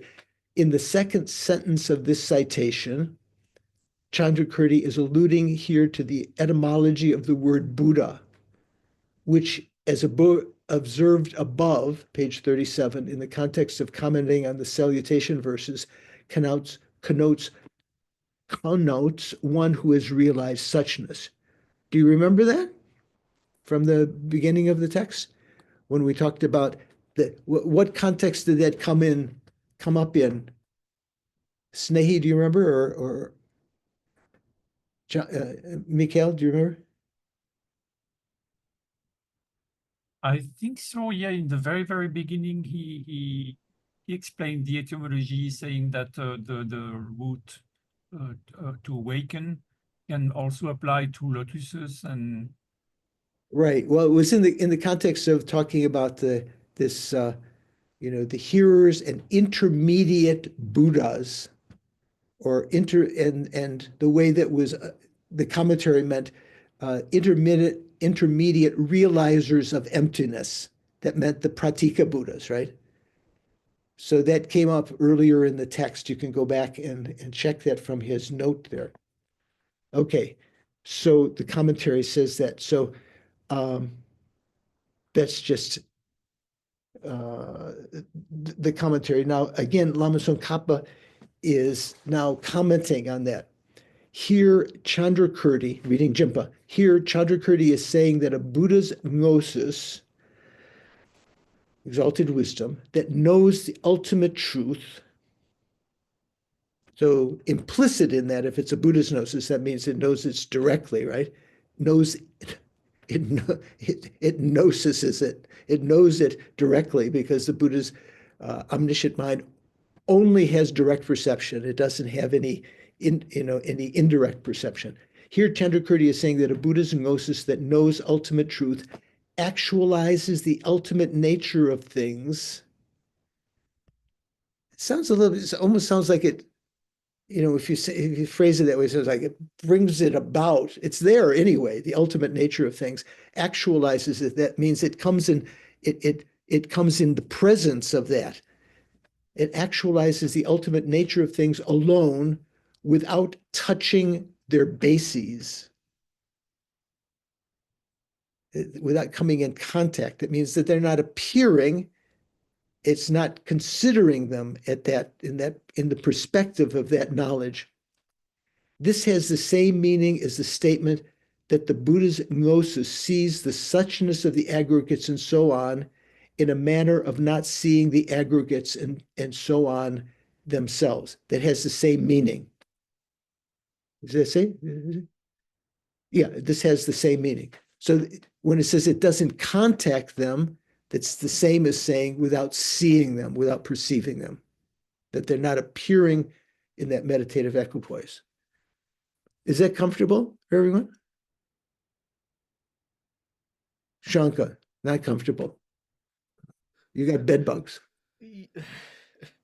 So, okay, I must be missing something because, yeah, I mean, if you're on the path of if you're on the path of seeing, yeah, and you are in meditative equipoise, when you are in with tranquil abiding and special insight, you are conjoined, you are in meditative equipoise, you see the ultimate you see emptiness, but that by definition means that you're not seeing any aggregates. I mean, they're also not seeing the bases, right? Right. It's not exclusive to the Buddhas, but we're talking about the Buddhas here. Oh, I see. Okay, got it. Okay. So, yeah, you're right. So if you're an Arya being, whether you're a Bodhisattva or Hinayana Arya, and you have a direct realization of emptiness, the basis upon which you're meditating the emptiness of, whether it be, like I say, my mug or my nose or myself or the trees, fences, and so forth, they don't appear. So you meditate on the emptiness of the tree. The tree does not appear to that meditative equipoise. You're right. But here it's talking about the Buddhist. So this has the same meaning of the statement that the Buddhist gnosis sees suchness of the aggregates and so on in the manner of not seeing the aggregates and so on themselves. It's also true for the other Aryas that have direct realization of emptiness. But the Buddhists have that all the time. The Aryas don't have all that time, all the time. They have to alternate when they only have that experience in meditative equipoise, directly realizing emptiness. Then continuing, as for the meaning of the citation or the quotation, no seeing is the sublime seeing. So how does Jeffrey translate that? He says, also respect to the meaning of the statement that non-seeing is the ultimate seeing. Remember, we were playing around with this before. So, and Jimpa, his note 463 quotes Kamalashila's lamp on the middle way as the source of this, but this phrase comes in so many different places.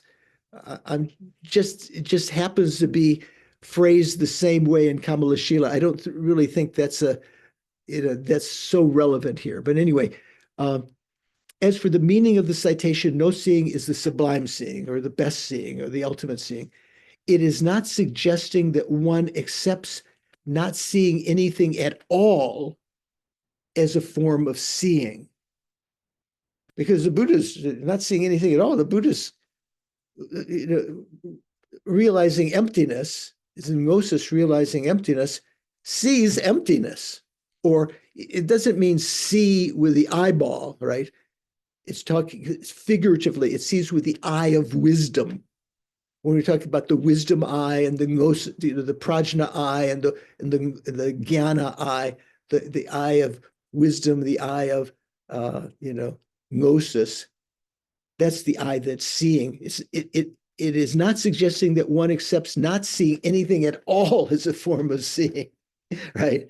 Rather, as explained above, not seeing conceptual elaborations is defined as seeing the absence of elaborations. Therefore, seeing and not seeing are not being defined in relation to one thing. That's what we were talking about before. You're seeing emptiness, not seeing conventionalities, which are another way of calling conceptual elaborations. Okay? What do you think, Karen? Making sense? Are you going to be able to explain to David over breakfast? Oh, yeah. Yeah. David, it was a snap. Well, I'll give it to you in a nutshell here. Okay. Okay, so let's continue. So Jimpa's text continues. This said, having said that, the condensed perfection of wisdom states. And so what's the condensed perfection of wisdom? Who knows? Stephen knows. I think it's the 8,000 line perfection of wisdom. Is that right? Well, the Mikhail? only thing I remember one text called something like a verse summary. Can it be something like Right. like Is that that's something? What do you think, Paul? What's the condensed? Yeah, I perfection? believe the condensed is the versified Right. version. Right. So in the 8,000 verse Prajnaparamita, Prajnaparamita, some Chaya Gata, I think something like that. right, Ratnaguna, yeah. So we've encountered that once before, and I gave out at that time a PDF. I'll try to update it with this part. This came earlier in the text. When in Jimpa's translation, it said, just as with the self, understand all sentient beings, just as with sentient beings understand all phenomena. That came up quite a bit earlier, when in the sixth Bhumi, I think, talking about the emptiness of oneself and other sentient beings, and all phenomena were of the same. And so it was quoting this condensed perfection of wisdom, which is also called the Ratnaguna. So what does that mean? Ratnaguna, what does that mean, Paul? Something like precious qualities or something. Precious like qualities. Guna means qualities, Ratna, precious. And they also, what is it more directly called? What is it called? The Ratnaguna Samuchaya Gata. So Gata means what, Paul? It's just We- it's just verses basically, or yeah. Yeah, Fancy versus word. sometimes not the same as Dohas. No. Well, Doha is actually an Apabramsha word. So maybe that's the equivalent of Maybe, yeah. Gata is the same. Yeah. I So, don't know. there are gathas that, the gathas of the bhikshunis, and the gathas of bhikshus, sort of verses that they stated. So, just to quote Edward Konza, that was on that PDF at that time, when I'll try to make a new PDF with this present verses from the so what these are the 8,000 verse Prajnaparamita is the shortest of the three mothers. When we study the Prajnaparamita, that means one incident when the Buddha taught this long discourse on emptiness was how do you say, was recorded or remembered in 8,000 verses. Another version of it was recorded in 25,000 verses.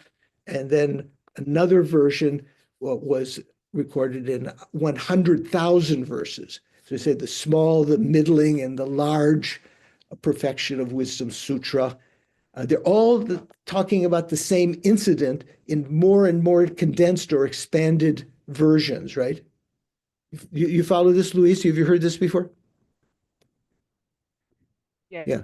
So of the shortest one, the 8,000 verse, along with it, sometimes interspersed with it in the Sanskrit, were these gathas, and they could be extracted and published separately, as though they're kind of a summary of the 8,000 verses, or they were the original. Someone is saying that the original and the 8,000 verses were an elaboration. So Kwanzaa said in this regard, he said, many of the early Mahayana sutras exist in two forms, in a verse form and in a prose form. So the verse form would be the gathas, like this condensed perfection of Wisdom Sutra. All of them can be found in so the meaning of all of them can be found in the 8,000 verses, and the prose version would be the 8,000 verses. Follow? Shanka, are you following? Kind of, I think so. Okay, good. Okay, just checking. Usually the verse form is the earlier of the two. So when they talk about earlier, what they mean is that the people who study the, what is the science of that called, Mikhail or Paul? The kind of like the history of the textual analysis or something like textual that. analysis, like, oh, this is earlier than that because the words they're using that never really, anyway. So usually the verse form is the earlier of the two. So usually the verse forms are considered sort of more original language. The original Ratnaguna Samuchaya Gata, this verse summary or the condensed perfection of wisdom, is now lost. The original of the Sanskrit is now lost. All we possess is Haribhadra's revision. So Haribhadra must have had access to the original condensed 8,000 these verses, these gathas, and he revised it. And so that exists in Sanskrit and of course exists in Tibetan. So he continues, the status of this work is not quite clear, the condensed perfection of wisdom. There are three possibilities. The verses formed originally part of the asta and were later on separated. Asta stands for what, Paul? 8,000. 8,000, yeah. Who's helping? Yeah. So, and were later separated. So as though, as you read the 8,000 verses, some versions have it English prose, and then there's a verse, like it's kind of like summarizing it, and then there's more prose and there's verse. So sometimes it might be that, and later separated. Second possibility, the verses are the original form of the asta, the original form of the 8,000 verses. And then the 8,000 verses were elaborated on. And three, the verses have been made up afterwards. Third possibility. It is very difficult to come to a decision on this. Okay, anyway, so that's some background. We've encountered this text before. So here, we're quoting from, let's see, this is verses 8 and 9 in the 12th chapter of that. So that would correspond to the 12th chapter also of the 8,000 verses. So the Sanskrit exists of this. You maybe, as Konza said, maybe Haribhadra's revision of it. And so the verses, let's see, how does it say here? Jimpa translates this, he sees no form, nor does he see feelings as well. Nor does he see feelings as well. Sounds a bit awkward in English. He sees no discriminations, nor does he see volitions. He sees no consciousness, nor mind and mentality. This is seeing reality. So taught the Tathagata. So when he says he sees no form, feeling, discrimination, volitions, or consciousness, he's talking about the five aggregates, right? So this is seeing reality. So in other words, seeing reality is not seeing the aggregates. It doesn't mean that that's limited to the aggregates, whatever the basis are, whether it be, you don't have to be meditating on form, the emptiness of form or feelings. You could be meditating on the emptiness of other things also. Then the second verse, which I think is verse 9 here in the 12th chapter. People utter words like, I see space. You know, remember we were talking before, you know, yeah, there's space here. I can see there's plenty of space. I see space. Then, quote, how do they see space, unquote? This we will examine here.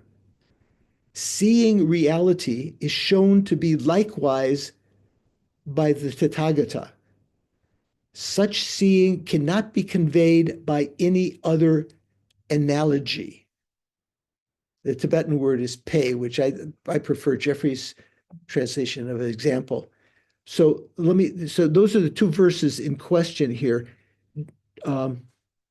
Jeffrey Hopkins' translation of them is where? Is Page 260, Venerable. Yeah, I thought I had it on that page, so I'll just check on page 260 here. So page 260, the one gone thus, that means what is one gone thus? The Tathagata, wouldn't it be? Yeah. One gone thus, Tathagata, Dejin Shekpa. Yeah, Dejin meaning thus, and Shekpa meaning gone.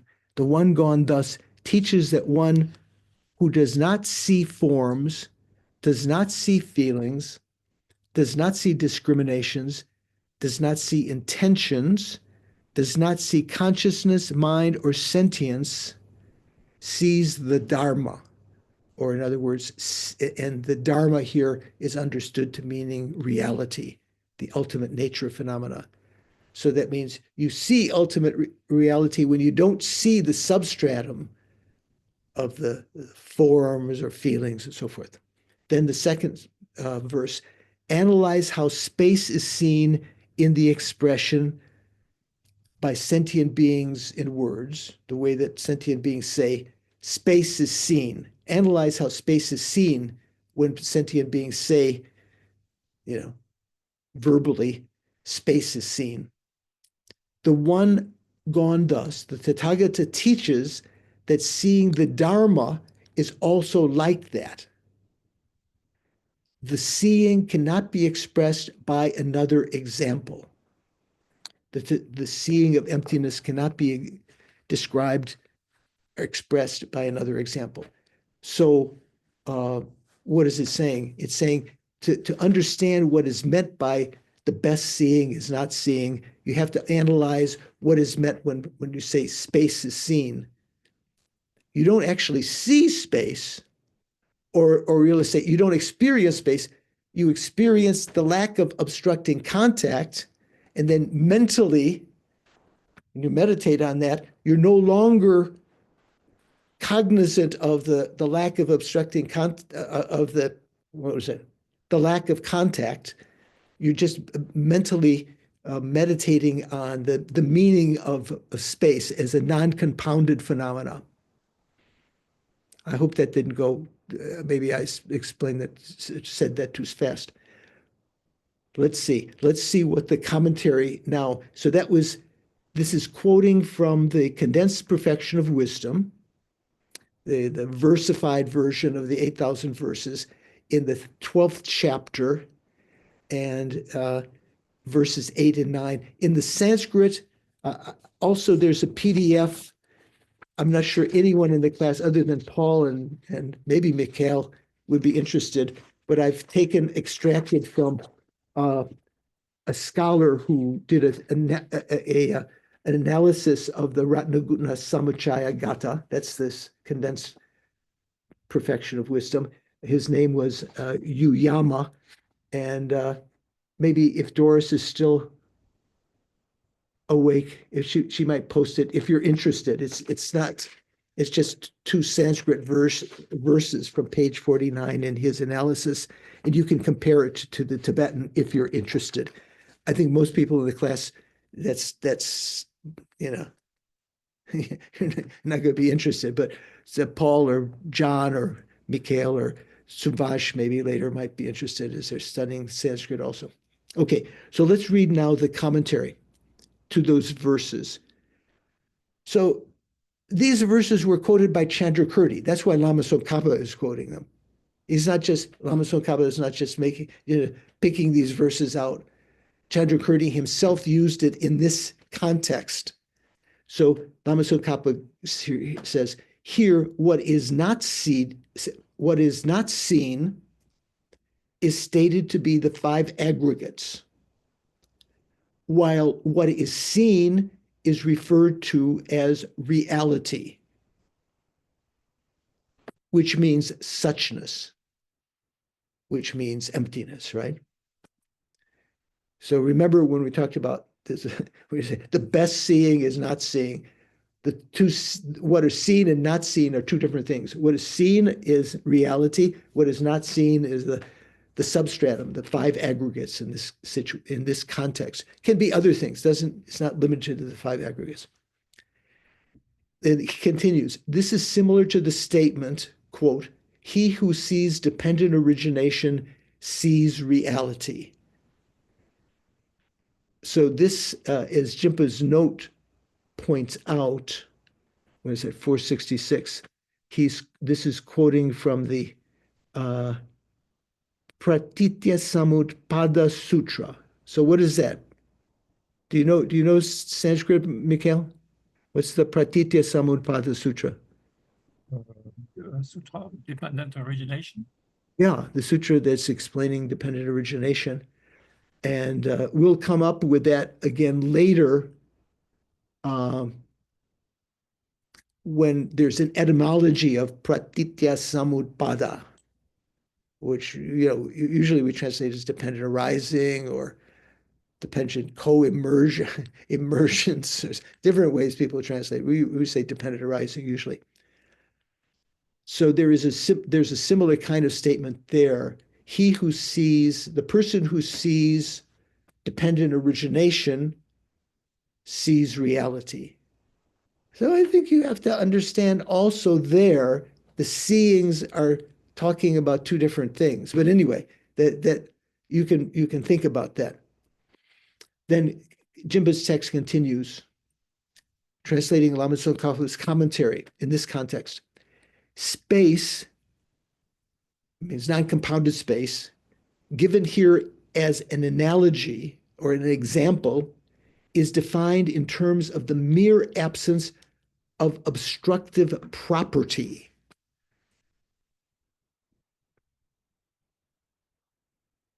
I'm not sure why Jimba wants to use obstructive property. The Tibetan, the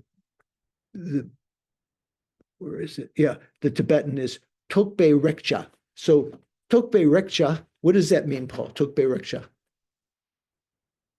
Tukpe is an obstructive contact. Yeah, contact. Rekpa can mean contact. That's usually like in the mental factors. One of the omnipresent mental factors is rekpa, right? Contact. So tokpe rekcha means obstructed. So the lack of obstructive contact. So that's kind of the defining characteristic of uncompounded space. Uncompounded space means the space which is a mere negation, is permanent and so forth, not the space that you see with your eyes. Okay, so Hopkins translates it this way. Furthermore, it is like, for example, the fact that space is a mere elimination of the obstructive objects of touch. He takes rekpa as being touch here, but obstructive contact, and that seeing it or realizing it is taken as not seeing the preventive obstruction that is the object of negation. So what does that mean? What is the object of negation when you're thinking about space?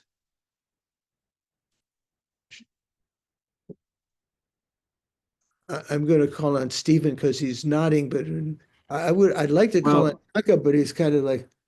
Yeah. Well, I'm thinking obstructive contact is what you're trying to negate in order to establish space. Right. So that's what the gotcha. That's the object of negation. And here he's giving a take on what that is. Not seeing the preventive obstruction that is the object of negation. So preventive obstruction is what Jimpa says, a space obstructing property. So that means not perceiving that, okay? Space given here, Jimba says, space given here as an analogy or an example is defined in terms of the mere absence, let's say, of obstructive contact. And so seeing or perceiving it, perceiving space, entails not seeing what is to be negated. You don't perceive, you can't find obstructing contact. Where you don't find obstructing contact, there you know there is space. Make sense? Yeah. Snehi's got it. Yeah. Rachel, have you grokked that? Okay. Don? I think so. Yeah, where you don't see or perceive obstructing contact, there you see or know with space. Just as in this analogy, just as in this example, not seeing should be understood in terms of not seeing suchness in a manner similar to seeing a blue color, a manner of seeing negated in the final line of the citation. Okay. This gets into a little bit complicated. Yeah, what does that mean? Did anyone read ahead? I think Doris was told me she was reading ahead. Doris, did you read this before? I have read it several times, but I'm drawing a blank. Okay, yeah. Paul, do you have any idea about this last statement? Just as in this analogy or example, not seeing should be understood in terms of not seeing suchness in a manner similar to seeing a blue color, a manner of seeing negated in the final line of the citation. What is that talking about? Is that simple or is that complicated? I'm not entirely sure because I know is the final line of the citation, that's not the previous quotation, correct? Or is it? I think this is seeing reality, so taught the Tathagata. Right. Oh, no. Such seeing cannot be conveyed by any other analogy. Right. So the way that Hopkins translates this, I think a little bit better. Where is this? Let me just go here. Hopkins says, furthermore, it is like the example, for example, the fact that space is a mere elimination or negation of obstructing contact, and that seeing it or realizing it is taken as not seeing the preventive obstruction that is the object of negation, not seeing obstructed contact, and is suitable to be observed if it were present. In other words, if obstructing contact was present, it would be suitable to be observed. You have to think about it. Yeah. I mean, aren't we here talking basically that seeing blue is a positive phenomenon, right? But seeing Seeing blue, or you mean blue in seeing blue is a positive? yes, like where he's talking about seeing a blue color, that's a positive phenomenon, right? The But blue is a positive phenomenon. blue is a positive Seeing phenomenon. blue is also a Sorry. positive Yes, phenomenon. you're right. You're right. The blue of seeing blue is a The positive. object is a positive phenomenon, but here what you see is a negative. It's a non-affirming negation, right? In emptiness. Right. Yeah, but that's what Hopkins is saying. Venerable, you wanted to finish that? Yeah. Let's finish it. Oh, I It's see. not seeing preventive obstruction. That is the object of negation and is suitable to be observed if it were present. In that example, the seen is space and the unseen is preventive obstruction or obstructing contact. What is not seen is obstructing contact. So it's before, in the meditative equipoise of meditating on space, and I'm not talking about emptiness. Now, the example using space, you have meditated on the lack of obstructing contact. That's a positive phenomena. And then when you meditate on that, that lack of obstructing contact no longer appears. It is not seen. So in that example, the seen is space. So in the meditative equipoise, you're directly realizing uncompounded space. And what is unseen, what does not appear, is the obstructing contact. In a similar way that when you're meditating on emptiness, what's seen is emptiness, and what is not seen is the basis of the emptiness. You could say the obstructing contact is kind of the basis for uncompounded space also. The last, in Hopkins' version, he says the last two lines, he puts two in brackets. Maybe Jimpus just says the last line. But anyway, Hopkins says the last two lines refute that suchness is seen while seeing blue, for instance, which would be not to see in accordance with the example of seeing space. Okay, we're going to end there, and we're going to start right after that next time.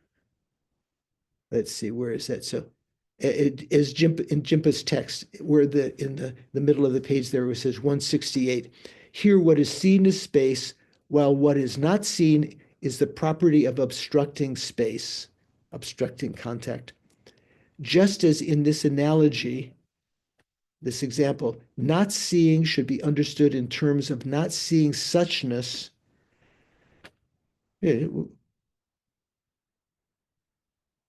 Say, it's not saying you're not seeing suchness. It's not seeing suchness in a certain way.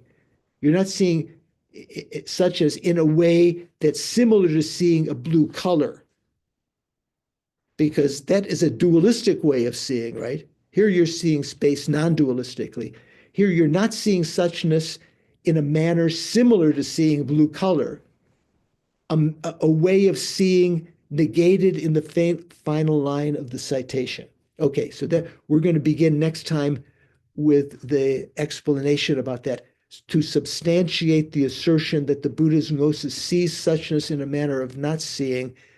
Chandrakirti cites the entering into the Two Truths Sutra. So this caused a little bit of problem for me, because in Hopkins' translation of this, where is this?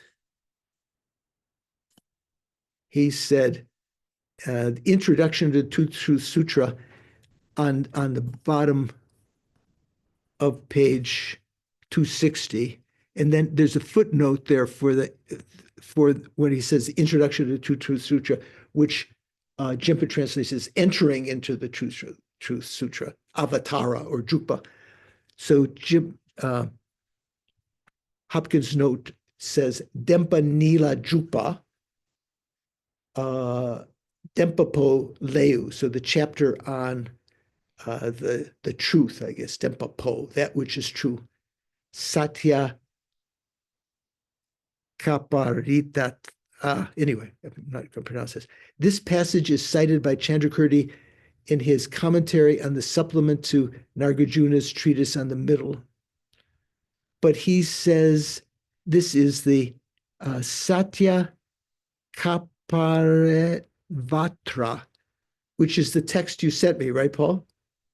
That was translated by Gen Jamspel and yourself, I think. I edited it for Gen Jamspel. Yeah, so there are 2 volumes of that. So I that's why I asked you during the week if you could, and I said, this is, I don't know where Jeffrey came up with that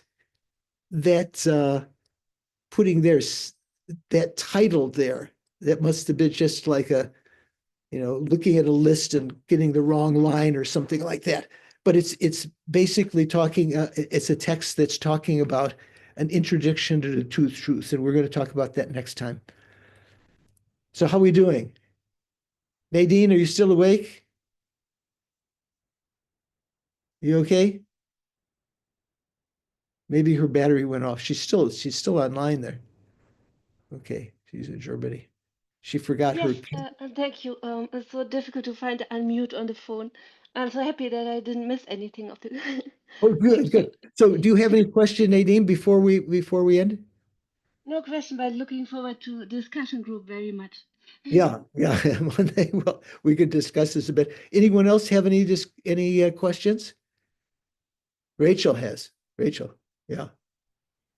Yeah, Venerable George, sorry I was late. The question that kind of caught me in the middle, and I didn't get a chance to ask it in because you went on to the next thing, which was wonderful. Goes back to not understanding how the Buddha can be able to directly see everything, as you mentioned, and then isn't and now I've lost it. I'm sorry, that isn't seeing the varieties of phenomena. So Okay. of course this is going to be a huge topic. You don't have to answer my question. But good to clarify it a little bit now. So leaving some foundation for further elaboration. So, like, on one hand, it's saying the Buddha sees suchness in the manner of not seeing the diversity of phenomena. So you might be thinking, well, it sounds like he doesn't see the diversity of phenomena, doesn't see conventional things. That's not the case. The Buddha, Geshe Sopa spent days explaining about this. So let's say the omniscient wisdom of the Buddha, the gnosis of the Buddha, not calling it the gnosis of emptiness, the gnosis of the Buddha, wisdom of the Buddha, the omniscient wisdom knows everything. Ultimate truths, conventional truths. But in the perspective of the gnosis that's realizing emptiness, other phenomena do not appear. In the perspective of the gnosis, the Buddha's omniscient mind that's realizing the variety of phenomena, emptiness does not appear. So how does that make sense? So one example that's given, and in the course with Geshe Zopa many years ago, Lama Zopa kept on, he would ask questions. We would sometimes tentatively try to get Geshe's attention to ask a question, like in our class, okay? And Geshe sometimes would be very dismissive of Lama Zopa Rinpoche, testing his patience, Sopa. They're both Sopas, right? The same, both patients. They both tested their disciples' patience, in ways. But Lama Zopa pointed out, like, say, when you're seeing it in the perspective of a consciousness knowing horse, cow does not appear. So let's say you're in the barnyard, is that the right word? In the farm, and there's cows and horses. But when you're concentrating on the horse, in the perspective of that knowing, cow does not appear. Although you know cow also, right? So the omniscient mind knows both conventionalities and ultimate nature, but in the perspective of, so that's something that has to be, you have to think about what that means. Geshe also didn't come up with perspective of for this, the more, so that means in the face of. Ngo means, one way means face, ngor means in or to the face, what's in your, what's in your face? Like if some robber comes up to you in the New York subway and it's up in your face, you're not perceiving anything else around. All you're perceiving is them, right? Okay, a little bit like that. Okay, we'll talk about, good question, Rachel. So we'll talk more about that next time, also in discussion group on Monday. Let's finish with some dedications. Thank you. So I think we try to create a motivation at the beginning, simulating bodhicitta by effort. If we were successful, even if we weren't successful, we generated some kind of positive motivation. By virtue of which we created virtue, and by the fact that we were listening to the Dharma, just by the power of the object, we created virtue. So due to these virtues, Gewa Di, may I quickly become a Guru Buddha. You could say, may I quickly become a Buddha, but here the dedication is in the sense of a Buddha who then uses that achievement of enlightenment to teach others, to be a guru to others. May I quickly become a Guru Buddha, and as a result, lead all migrators, without exception, into that very state, Dei Sala. And then as a dedication, although it's a prayer, thinking, due to these merits, may the supreme precious bodhicitta that has not arisen arise and grow, and may that which has arisen in mine and in my continuum and the continuum of others not diminish, but increase evermore. And then the prayer for the swift return of Khyabje Lama Sopa Rinpoche.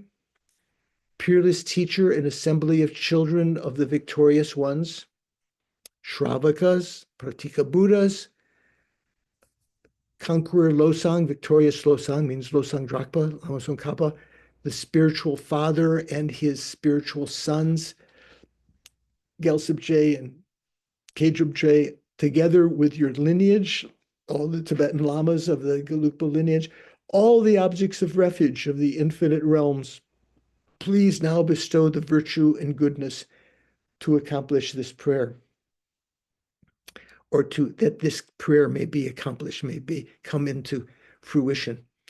In upholding and spreading the Muni's precious and complete teachings through explanation and practice, you wore the armor of patience that is never discouraged. Incomparable Venerable Guru Lama Zopa, to you I make request. Sole gateway through which all benefit and happiness emerge, while striving exclusively for the welfare of the victorious one's teachings and for the welfare of mother living beings, you suddenly departed to peace. You suddenly passed away. At that point, I lost hope.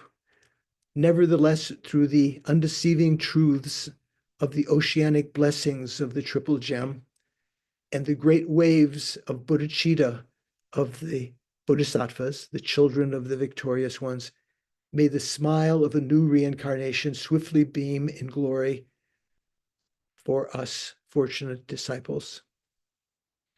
Finally, you who are my eyes to view all the infinite scriptures, supreme gateway, entryway for the fortunate ones traveling to liberation, engaging with skillful means, moved by mercy, illuminating spiritual friends. The implication here just says, I make request, please live long and stable lives. And as before, thinking of the continuing forest fires in California, so many, all of the elements out of whack, all of the sentient beings that are suffering, try to dedicate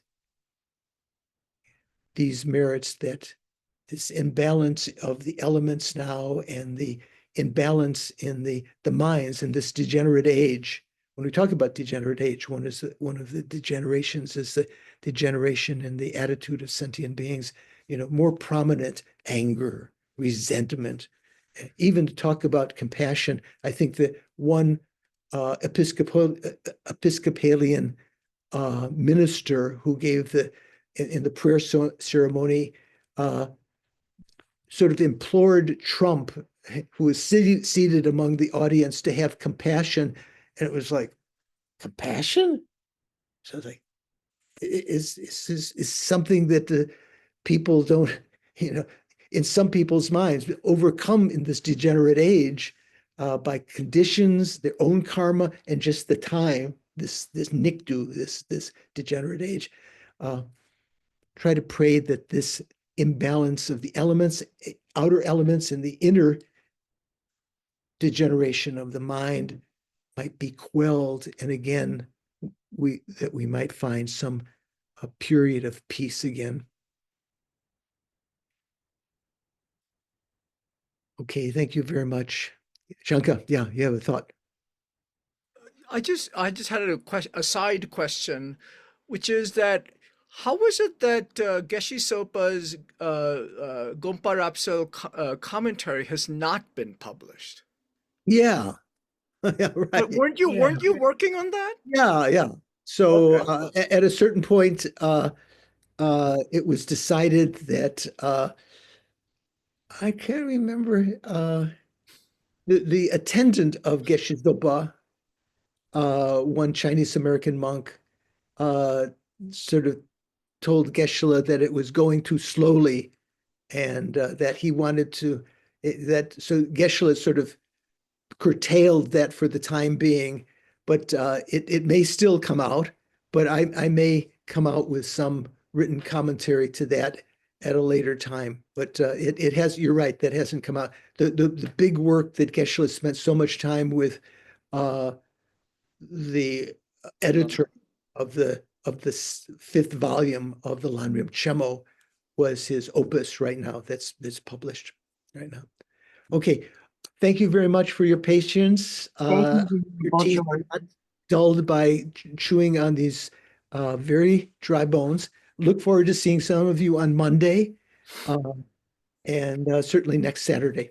Thank you, Take care. Venerable George. Thank you, Venerable George. Thank you, Anna. Thank you all. Take care.